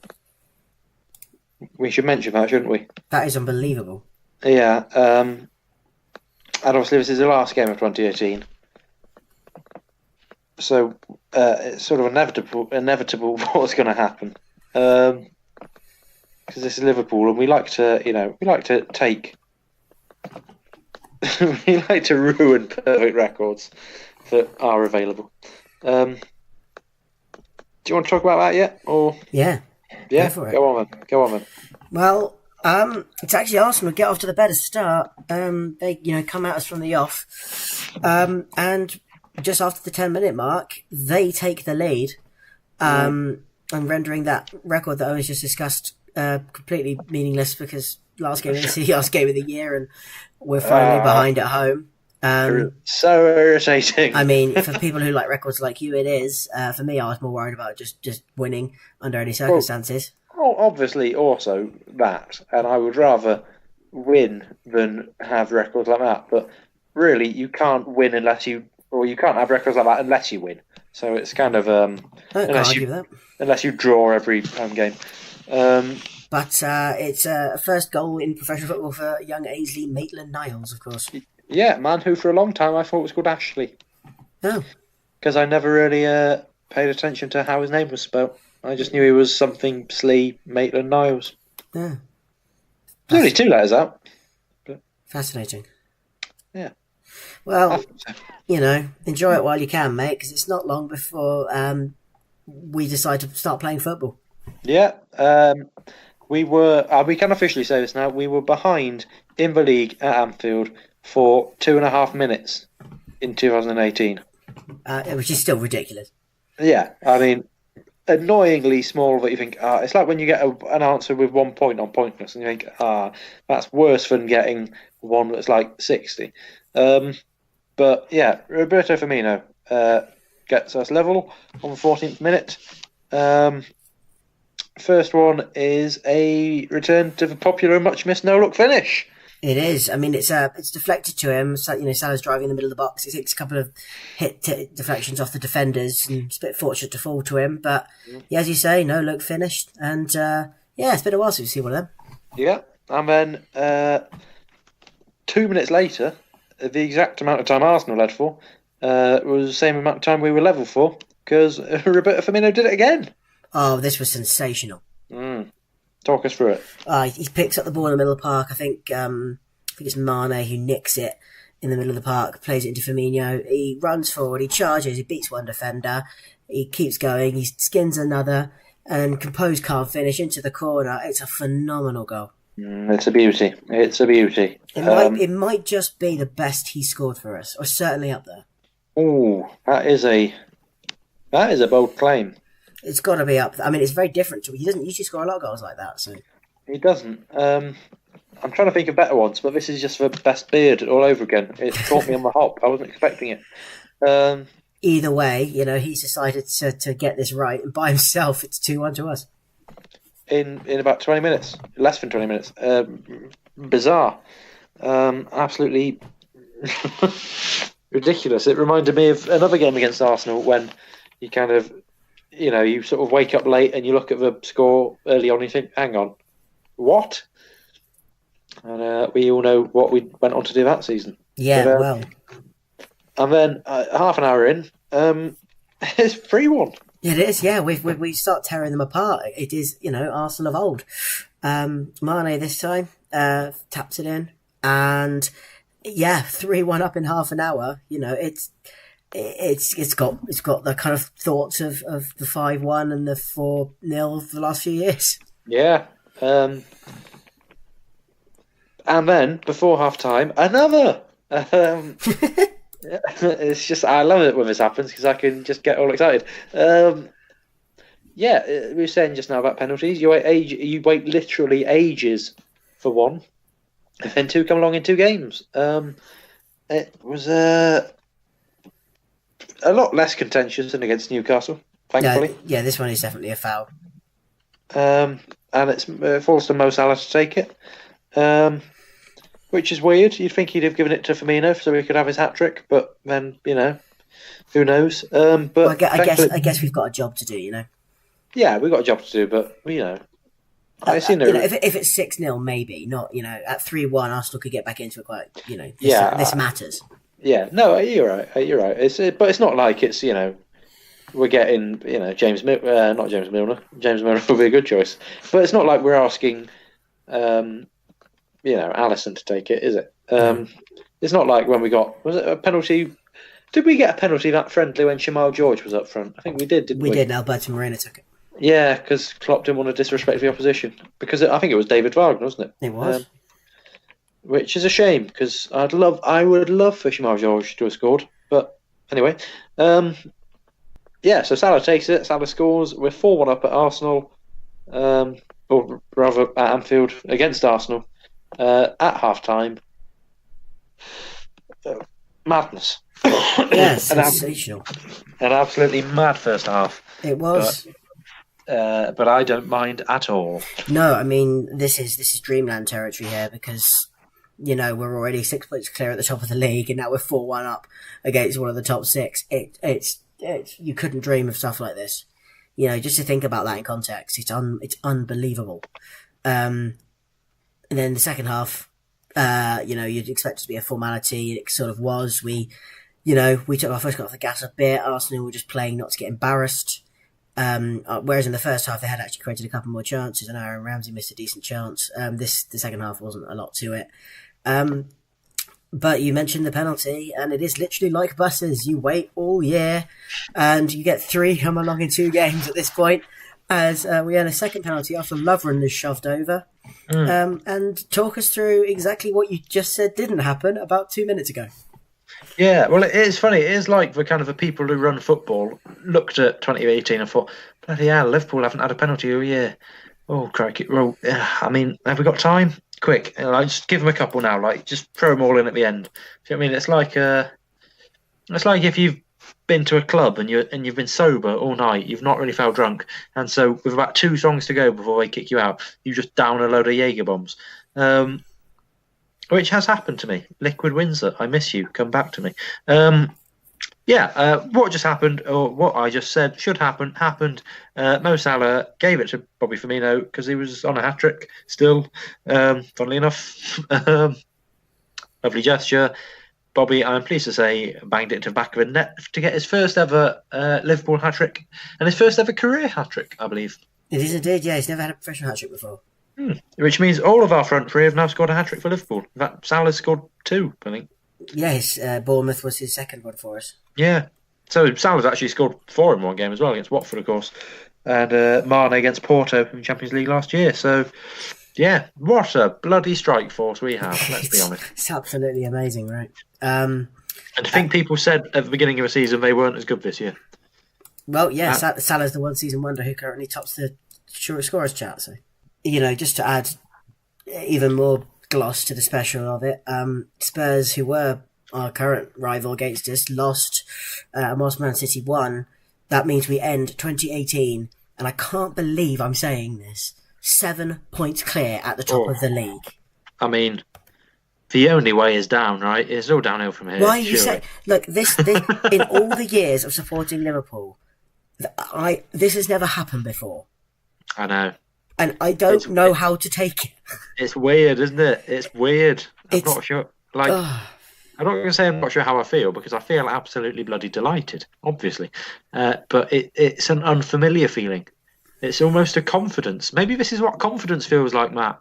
Maybe this is what, thinking you're good enough to win and then actually winning and not losing is like. Maybe when you think, oh, we could win the league this year, and then you do.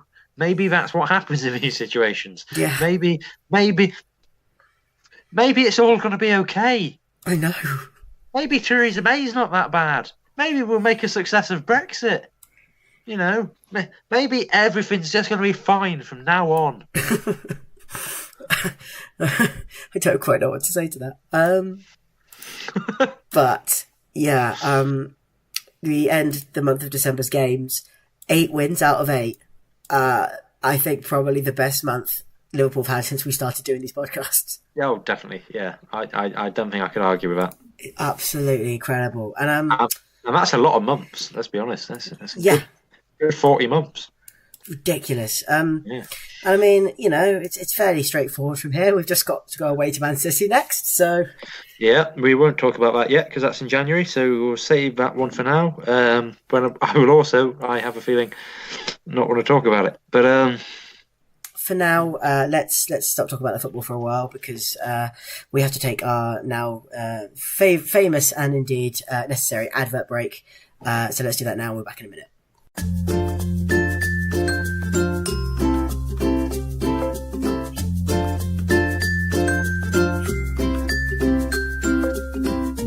Hi, I'm James Milner, CEO and laundry room assistant of James Milner Industries. In the past, we've brought you such successful business ventures as holiday parks, millers, fireworks, and tea bags. And now, I've come up with another idea for a business that I'm introducing you to today in this radio advert. Introducing James Milner's Open Surgery with me, James Milner. Ever wanted to watch a 62-year-old man undergo a hip replacement? I know I have, and now you can too. James Milner's Open Surgery with me, James Milner, is your one-stop shop for all your open surgery needs. We've built a state-of-the-art amphitheatre just off the A658 near Appley Bridge train station to host major surgeries in view of a paying audience. We host a wide range of surgeries including appendectomies, hysteroscopy, colectomy, carotid endarterectomy, hemorrhoidectomy, and my personal favourite, skin grafts. Ooh. We have scoured the world to find some of the best doctors to work at James Milner's Open Surgery with me, James Milner. Well, when I say scoured, we put an advert on Gumtree. But we got at least 3 replies from people who wanted to do it, which is nice. I've even checked they are actually doctors and they said they were, so that's good too. If you're lucky, you might even get a personal surgery from me, myself, James Milner. You see, I've been taking evening classes on the basics of surgery and I've got the hang of it quite quickly, I think. I haven't actually tried doing surgery on anyone yet, but a few of the frogs I practiced on did actually survive. Tickets for one of our open surgeries are available now on the website. Just visit James Milner's Open Surgery with me, jamesmilner.biz, and send me an email with your name, address, and which surgery you'd like to watch. Prices start at £30, but I have no way of enforcing that, so please be honest. And please be patient, as it's just me sending out the tickets as our intern left for some reason. James Milner's Open Surgery with me, James Milner, is now open for business. If you're in need of surgery in the West Yorkshire area, give us a call.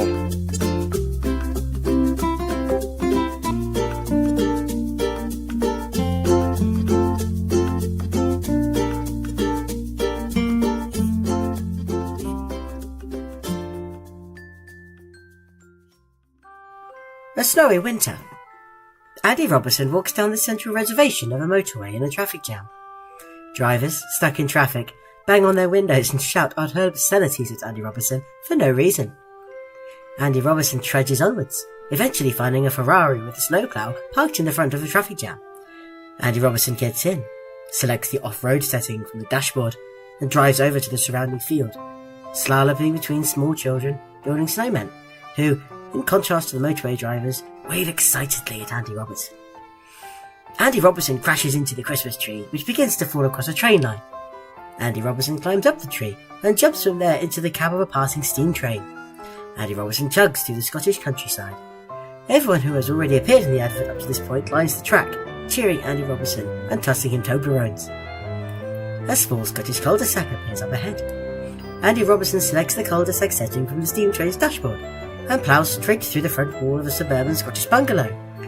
Jumping out into the bauble-strewn debris, a woman in her 60s rushes to Andy Robertson and hugs Andy Robertson. Andy Robertson reaches into his socks and pulls out a small bottle of perfume. Mrs. Robertson sprays some on her wrists and weeps with joy. Andy Robertson punches some balls of stuffing into his mouth and winks at the camera. Robbo, for Mum.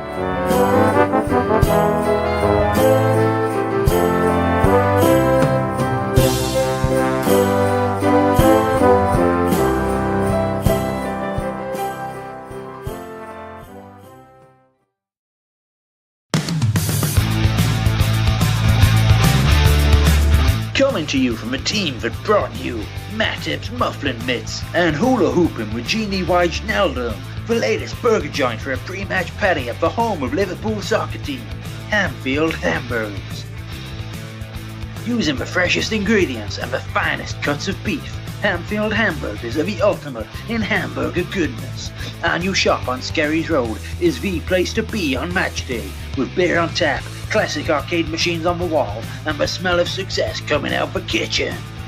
Why not try our newest creation, the Big Shack, covered in Swiss cheese, tomatoes, chocolate and yogurt with salt and vinegar crisp pieces. Or why not try our classic Patrick Burger Burger, double patty, lettuce, onion, gherkins and hair sweat. It's the meal for any occasion. Oh, there's our current bestseller, the D, layered with a double patty, cheese, onions, lettuce, tomatoes, crispy onions, ketchup, mayo, mustard, chicken, bacon, another patty, mushrooms, gherkins, sausage, pulled pork, rice, refried beans, guacamole, sour cream, potato salad, another patty, tortilla chips, custard, a shoe, a McDonald's Big Mac, the band Supertramp, and another patty, all topped off with the tears of a wizard. All our meals come with a side of storage fries and a wide range of milkshakes including strawberry. You're sure to be as satisfied as a multinational sports corporation selling squirrel meat outside their own sports stadium to gullible customers. Download the official Hamfield Hamburger app now to place your order and get up to 2% off your first meal. And coming soon, Hamfield Hamburger Delivery. Get your Hamfield Hamburgers delivered directly to your seat at the game, as long as the guy has a ticket to the game and can get past security. Hamfield Hamburgers, they're ham delicious.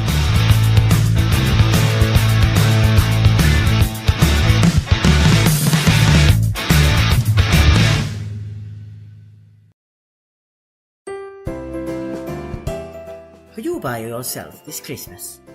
If you're no good, disrespectful, downright useless family all either abandoned you or died, that's no good. What you need is Christmas Wijnaldum, the indispensable companion for the festive period. For just a small fee, 10% of your weekly wage, around 600,000 euros an hour, Christmas Wijnaldum will come round to your house and share Christmas dinner with you. Look at how he puts away that turkey. Look how much vodka he can drink. Look how fighty he gets when he does win Monopoly. It's Christmas Wijnaldum. Suitable for small-scale family Christmases and large community-driven Feed the Homeless initiatives, Christmas Wijnaldum will be delighted to spend the secret festival with you and your loved ones, and share a selection of cheeky jokes, dirty anecdotes, and philosophical insights into what makes the Dutch the most Christmassy people on earth. Look how he puts away those sausages. Look how much gravy he can drink. Look how fighty he gets when he doesn't get the big end of the cracker. It's Christmas Wijnaldum. From the company that brought you such hits as Easter Festival, Pancake Day Barnes, Ramadan Ben Ayoun and August Bank Holiday Heskey, Christmas Wijnaldum promises you and your Christmas Day you'll never want to forget for the rest of your life. Christmas Wijnaldum.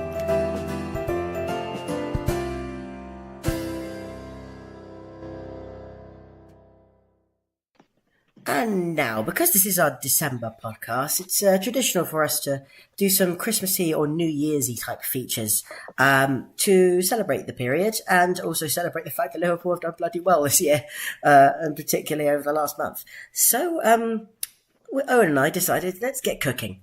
I'm personally quite a big cook myself. I don't know about you, Owen. Oh, I think you're quite a small cook, actually, Matt. Thank you very much. You set them up, I'll knock them down. No, I'm an awful cook. I'm terrible. I am genuinely, it's not something I've ever kind of got into. What I should have done was be one of those people who learnt to cook before going to university, but I didn't. So I couldn't cook when I left for university, and I sure as hell couldn't cook when I came out of university. So, it's just not something I've ever been good at, or particularly focused on getting better at. I can do a wonderful toad in the hole. And what about cooking? Hey. There you go. Set them up, knock them down. Okay. It's a good job I didn't say cock o' van. Yeah, spotted dick. Oh yeah. Cheese on toast. It sound a bit rude. Cheese on toast with boobs. Knob cheese on toast. Yep.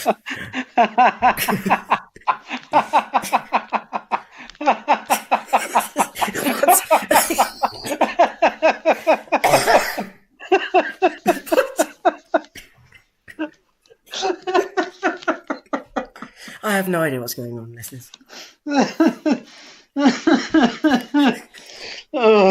He's lost his mind. Once in every podcast, there will be a moment I find inexplicably hilarious and can't stop laughing at.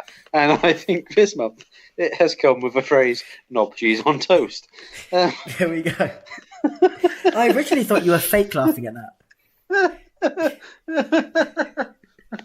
I'm not. It's because I'm sat at a funny angle, so it just sounds weird.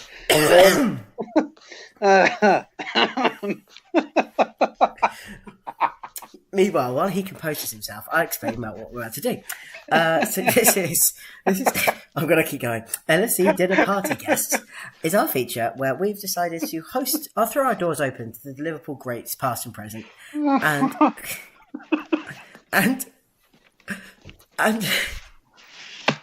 I'm going to retain composure here. I said like last month for John at Somerville. And someone set his car on fire.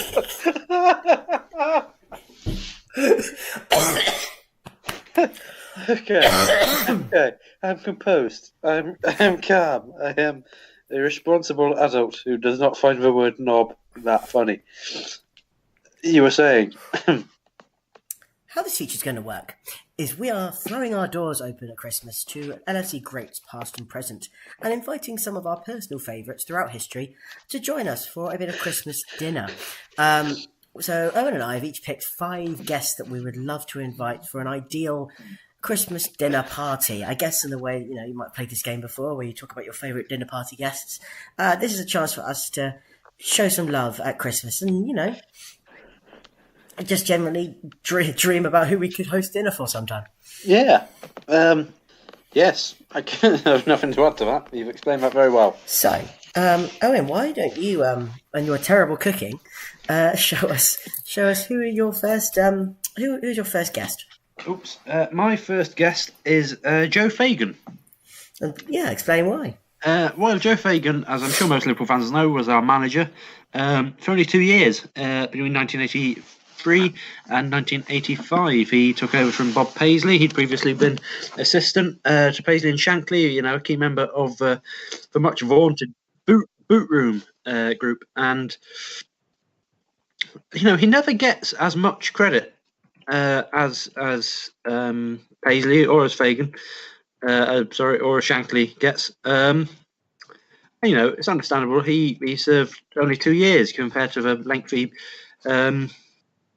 lengthy tenures of his predecessors, but he had such a kind of action-packed spell in charge of the club. Maybe action-packed is the wrong word. Eventful.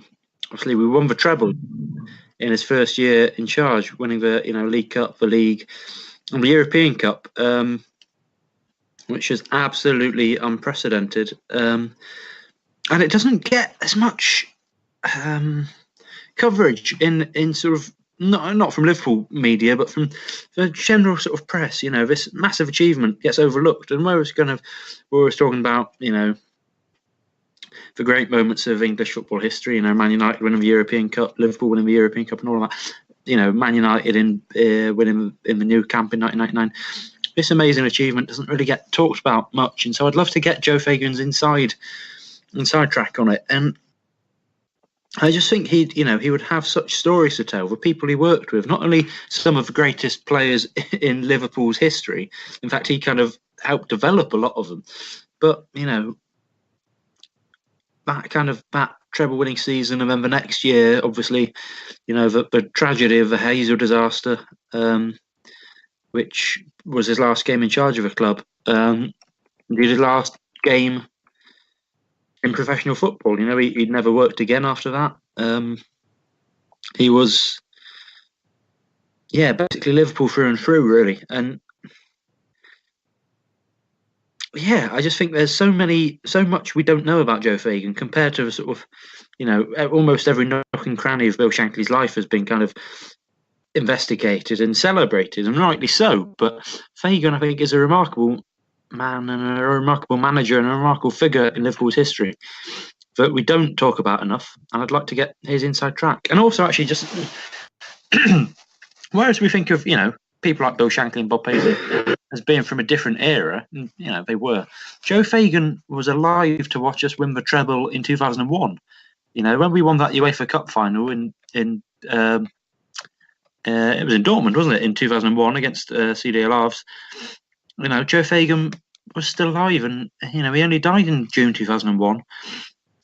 He's not only has he seen Liverpool rise up to become what it was back in the 70s and 80s. Not only did he play a part in that for 30 years, but he also saw it then go the other way. He saw the decline of the Heysel ban and the Graham Souness years and the Roy Evans years and the 90s and the Spice Boys and Gerard Houllier and then on to Steven Gerrard and Michael Owen. What he would have seen as a Liverpool spectator, because he didn't live far from Anfield. He was really involved. What he would have seen and witnessed and gone on to see after he left, I just think his opinions on all of that would be fascinating, on seeing the decline of the empire he was instrumental in building. Right. That's very thorough of you. Sorry, that was a long answer. It was a very long answer. I can't really add any more to that. So I have less to say on the others. You'll be reassured to hear. So this is your number one guest, basically. Yeah. He's a guest of honour. Fair enough, absolutely. Give him the throne.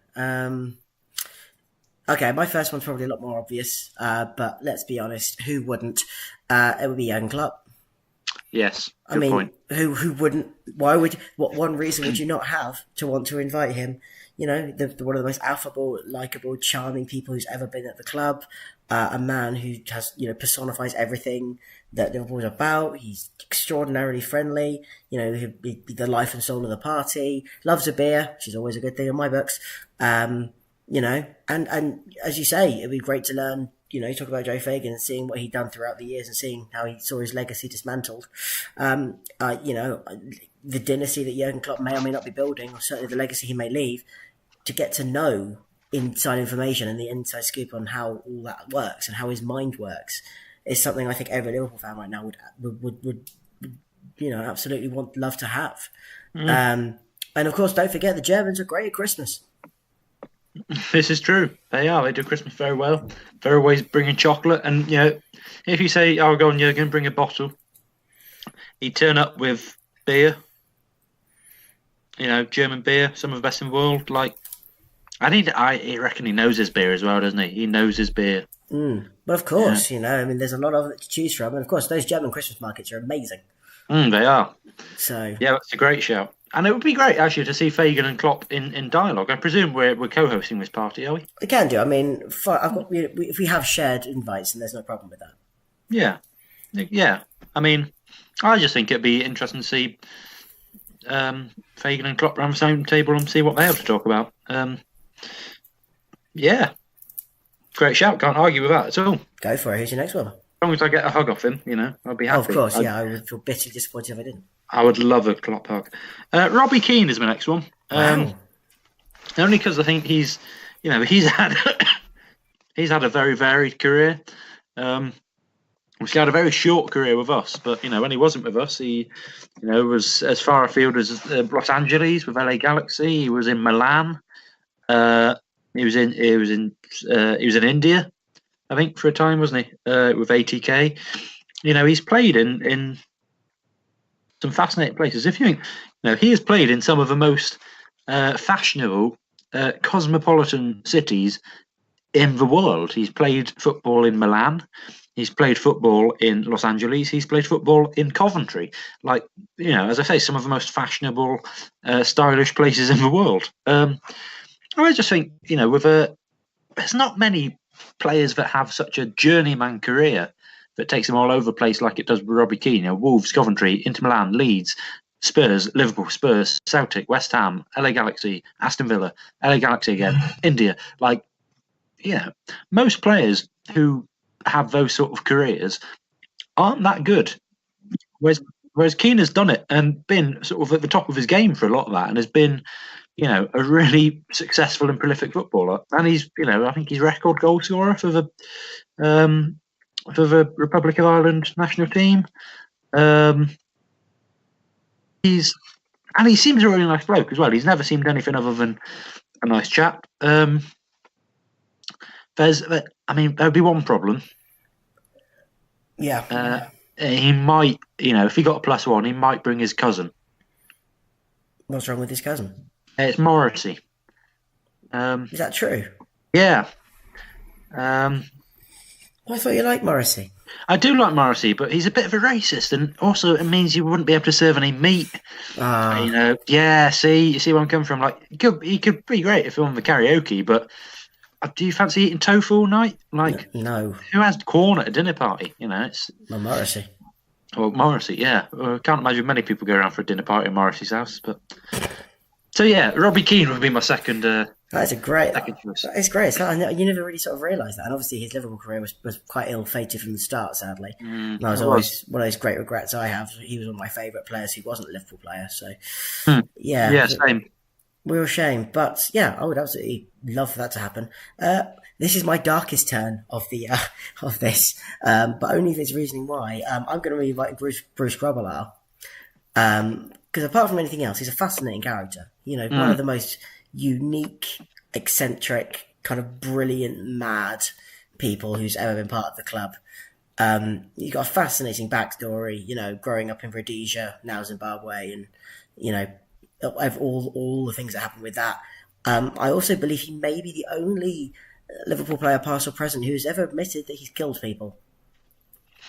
Yeah, that's obviously we had a lot who would have fought in the world wars, but that's a slightly different kind of thing. But yeah, tell us more. That's very bleak, right? But that's what I think. I would genuinely absolutely love to hear all about that story of joining the army that he did, and the things he had to do, and growing up in what is such an alien world to me, and probably to most of us, to be fair. And that kind of, the end of British Empire in Southern Africa. And I think that alone, apart from, his amazing career at Liverpool and other clubs, inventing the wobbly legs thing and kind of where that came from, the unique mind that did that, and, the illustrious career he's had playing football. I think he was still technically playing several years ago at the age of 52. He came out of retirement for someone, didn't he? Yeah, I can't quite remember. We talked about this on the one of our podcasts a couple of years ago. It was like Gladstone Hall Welfare or something like that. Something mad like that. Yeah. But I just think, you want a man who you can sit and listen to for hours talking about their life. I don't think there's very few Liverpool legends quite like Bruce Grobbelaar. Yeah. Very good point. And like you say, it would be a fascinating guest. He was bankrupt as well, wasn't he, for a while? So he really has kind of known the highs and the lows in his life. Actually, I tell you what, though, I should have invited him to mine because he was on Hell's Kitchen. He was? And he was really good on Hell's Kitchen. And the only reason he left, he didn't get voted out or however he left Hell's Kitchen. He sort of walked out because he said he was missing his wife so much. And it was around, I think, the 20th anniversary of the Hillsborough disaster, which obviously he was massively affected by as well. And he said all of that had been on his mind and he just felt he couldn't carry on with Hell's Kitchen.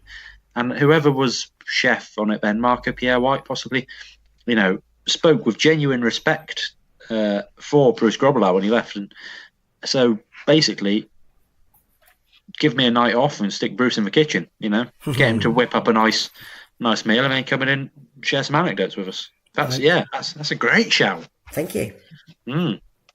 Okay, well, I'm going to sort of, kind of offset one of my previous guests. I've been inviting Alex Oxlade-Chamberlain to the party because you feel sorry for him.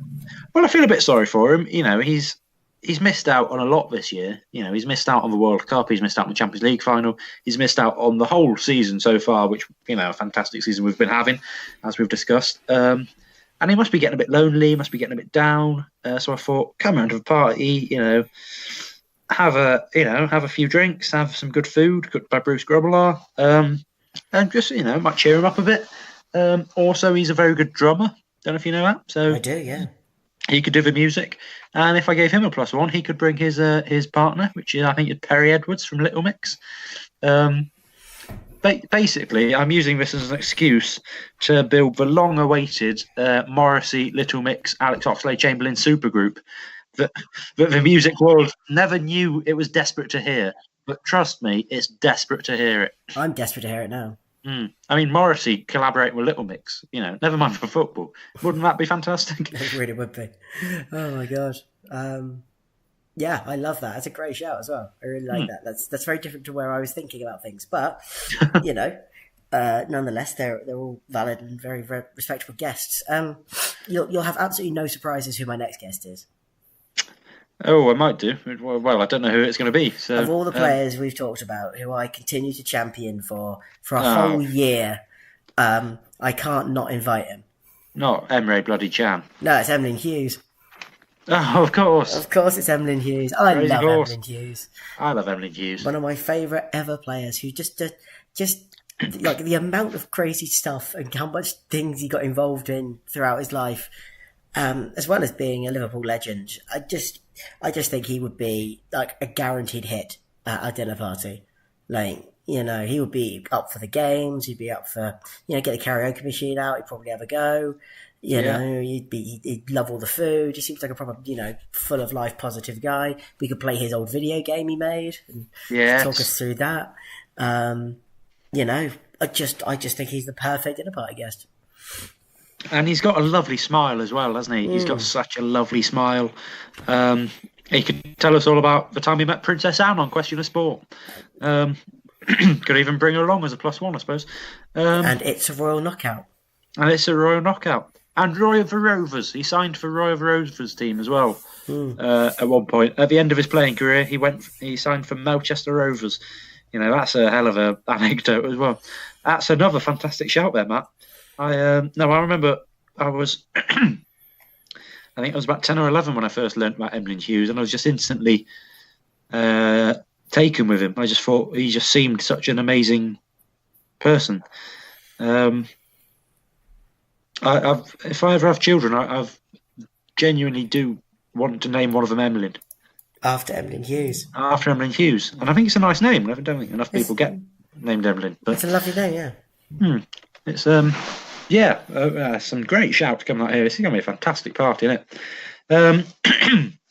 Well, we've talked about the music. We've talked about the anecdotes. We've talked about, the fascinating and the funny. And we've talked about, the food. But what we haven't talked about, Matt, is the alcohol. Because what's a party without alcohol? Well, I mean, Jurgen's bringing the beers, if I'm not mistaken. Jurgen's bringing the beers, but what other sort of alcohol, Wine. Could we have wine, specifically maybe some sort of Spanish wine? I thought, who do I know? What Liverpool players could I ring up and invite to his party who I know for a fact as a connoisseur of Spanish wine? So I thought I'd send a little invitation to Louis Garcia. Amazing. Because after all, he does drink sangria. He does. And I thought he'd come to the party to bring us joy. He's 5'7". He's getting here about 11:10. So please show Louis the way to my house for the party. I didn't know I was going to do that when I started. Again, some great memories to share with Louis Garcia of that fantastic Champions League victory in 2005. Another really fascinating career in terms of where he's been. He's also been over to India. He's been in Mexico, I think, hasn't he? Mm-hmm. He's been in Greece. He's been in the States. And obviously, Spain. I think a fascinating career. And again, a player we never quite saw enough of in Liverpool. He left almost too early. But as we said earlier in this podcast, a cult hero. Seems a lovely bloke, and he would bring loads of sangria, which is always nice. So, Louis Garcia, come on down. I'm 100% behind that. All the sangria you wish to bring, make it better than the one we made several years ago, because that was horrendous. What did we put in it that made it so bad? Can you remember? Cheap wine. cheap everything, cheap orange juice from that man. Yeah, I think maybe next time, slightly better quality ingredients, we might be able to do a decent job.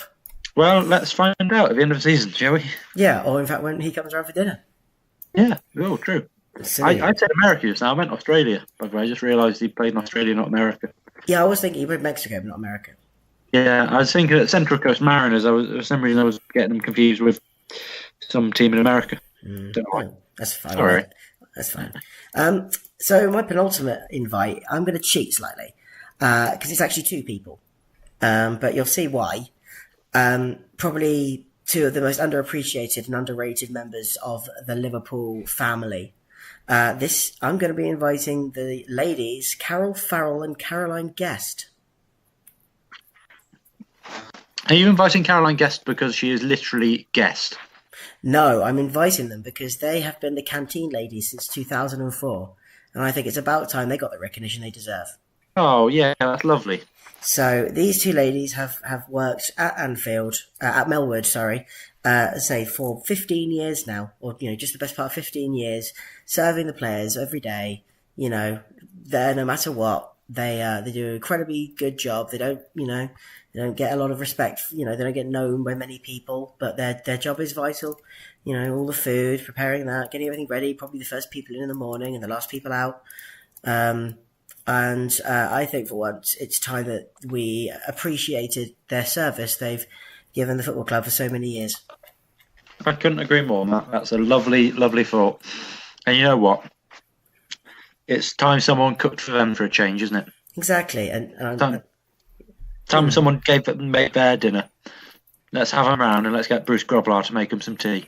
Absolutely. There's nothing about that I don't love. And I bet you feel slightly bad for not thinking about it yourself.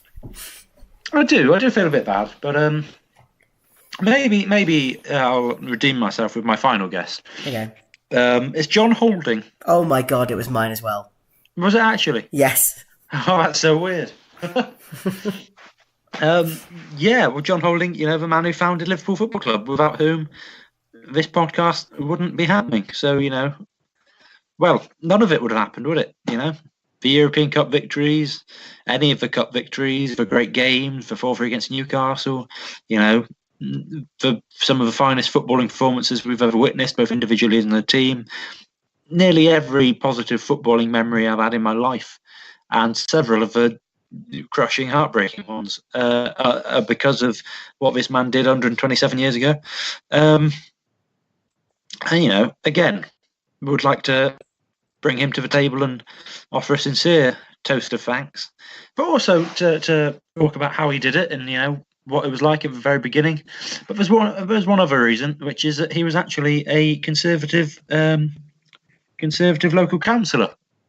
And I ask you, Matt, what is any dinner party without a drunken political argument at the end of it all? I'm sure me and him would have moments we would see eye to eye perfectly, and others where we could not disagree more. And I would love every second of both of those. Yeah, I just think, why would you not want to speak to and talk to the man who created Liverpool Football Club? Yeah. I mean, I just have so many questions and so much interesting insight and stories and things just you want to learn about, and also to be able to share the wisdom that we now have today and all the joy that he brought so many people for so many years afterwards. Yeah, that's true. Yeah, it'd be really nice to show him what became of his kind of vision and to let him know what happened, because he died 10 years after the club was set up. He barely saw anything. He barely saw what it would go on to become, and yeah, it would be nice to show him, wouldn't it? It'd be nice to say, "This is what you did, John. This is what you built." And look, well over a century later, still going strong. Absolutely. Stronger than ever, you might say. So yeah, I think that is the perfect way to finalise our guest list. Yeah. Now we've got a good little party coming on. We really do. I really want to make this happen now. I mean, obviously, a few of those people are dead. But that'd be a bloody brilliant party, wouldn't it? That would be such a good party. I'm genuinely convinced I can get hold of those canteen ladies for an interview. I genuinely think that can happen. I think you should do it. I will. I'll start making some inquiries. Yeah, have a look. See what we can do. Pull some strings. I will do. Talking of pulling strings, Matt, how do you fancy at this party pulling a few crackers? I think so. I think it's time to end this quite long podcast, understandably with the amount of games we had, by pulling a few crackers and doing our annual Christmas cracker jokes.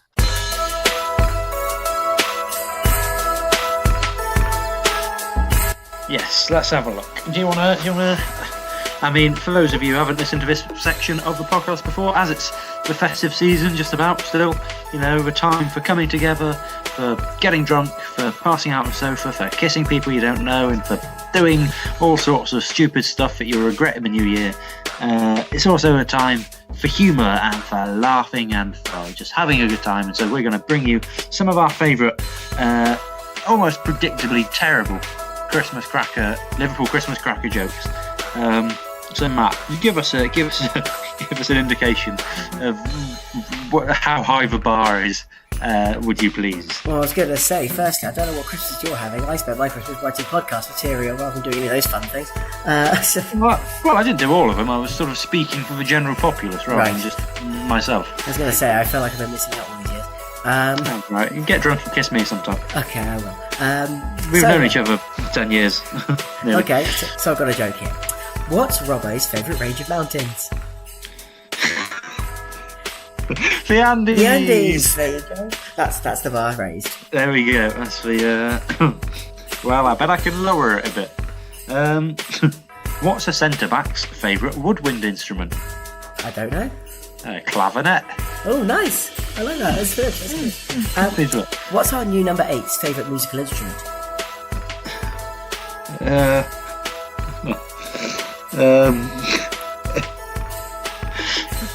See, now I'm doubting myself as to how I pronounce his surname.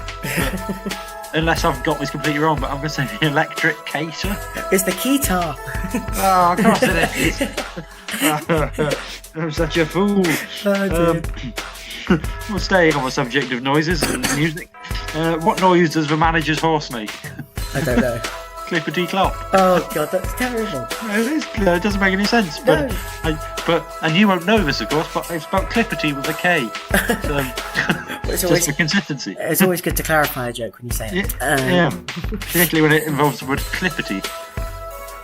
Here's a joke that will make a lot more sense next month. Why is it always so clean when Klopp substitutes his centre backs? Oh, I feel I've got a very similar joke that I was about to read.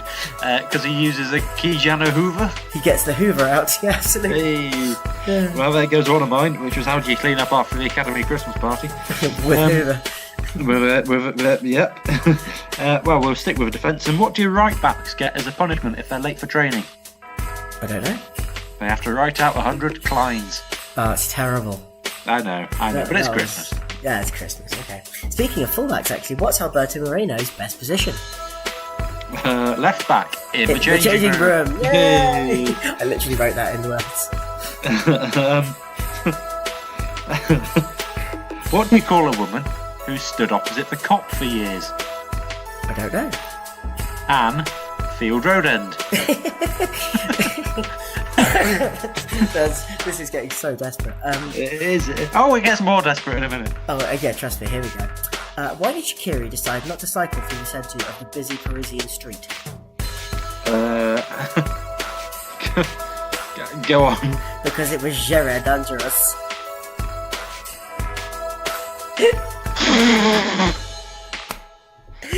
that's as good as it gets.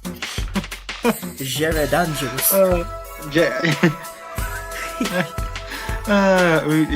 We've reached it.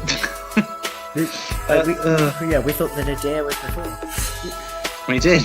Well, staying with that player, what happens if you plug Jordan into a plug socket? He gets an electric Shaqiri. You get an electric shack. Yeah, you're on the right lines. Why are there so many injuries when Van Dijk empties his pockets? Because all of Man United's attackers fall out. Well, they're full of Premier League strikers. Hey. How do you disguise an academy goalkeeper? I don't know. Camouflage. Camouflage. It's funny because I've got one about the academy keepers here. What tragic event happened to the Irish goalkeeper's wife? Did Quiveen kill her? Yes! We've had to kill her.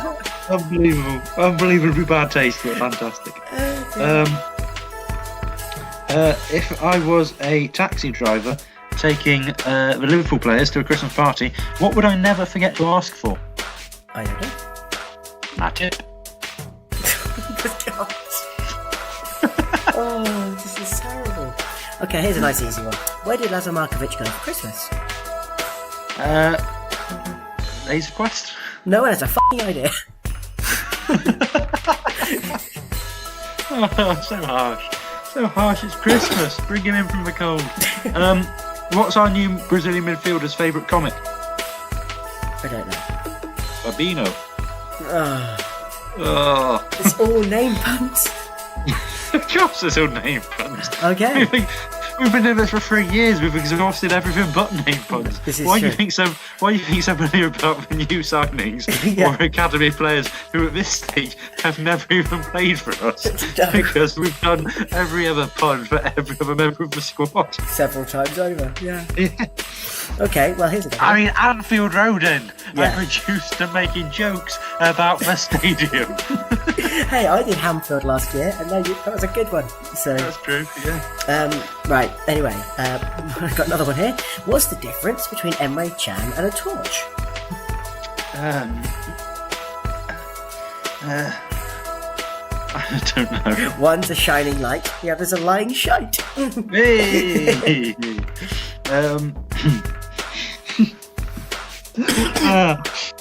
I've got one more. What did Gerard Houllier say when he saw his predecessor as manager sellotaped to the ceiling? I don't know. Evans above. That's certainly more positive than my one. Oh God. You thought Kelleher was dark, get ready for this. Oh God. God, I'm scared. What have Liverpool and George Michael got in common? Oh God.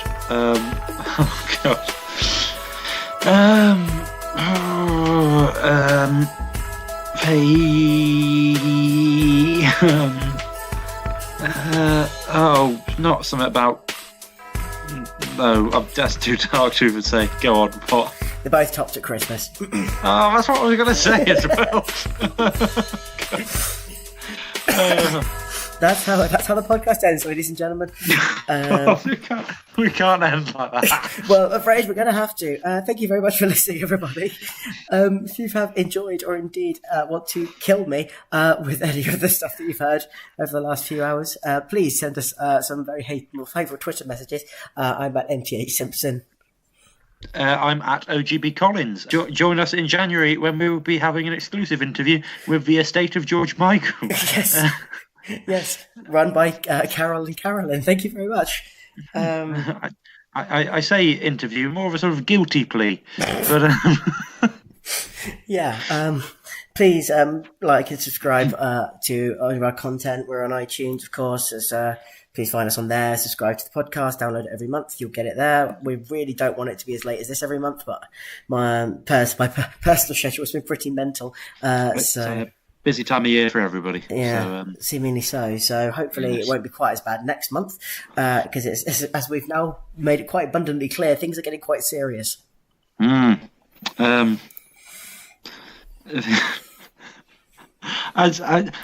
this the attempt to end the podcast on anything other than a joke about the death of George Michael? Well, we're not going to have to now because we will say we'll be back next month, and fingers crossed if things go well. I mean, we're 1 month closer to realising the dream, aren't we? We are. Well, one game at a time, but we'll have more games for you next month. We will. So until then, thank you very much for listening, and farewell. Merry Christmas. Happy New Year. Happy New Year to all of you. Thank you. Oh, I am a Liverpudlian, and I come from the Spion Cup. I love to sing, I love to shout, I get thrown out quite a lot. We support the team that's dressed in red. It's a team that you all know. It's a team that we call Liverpool, and to glory we will go. We've won the league, we've won it up, we've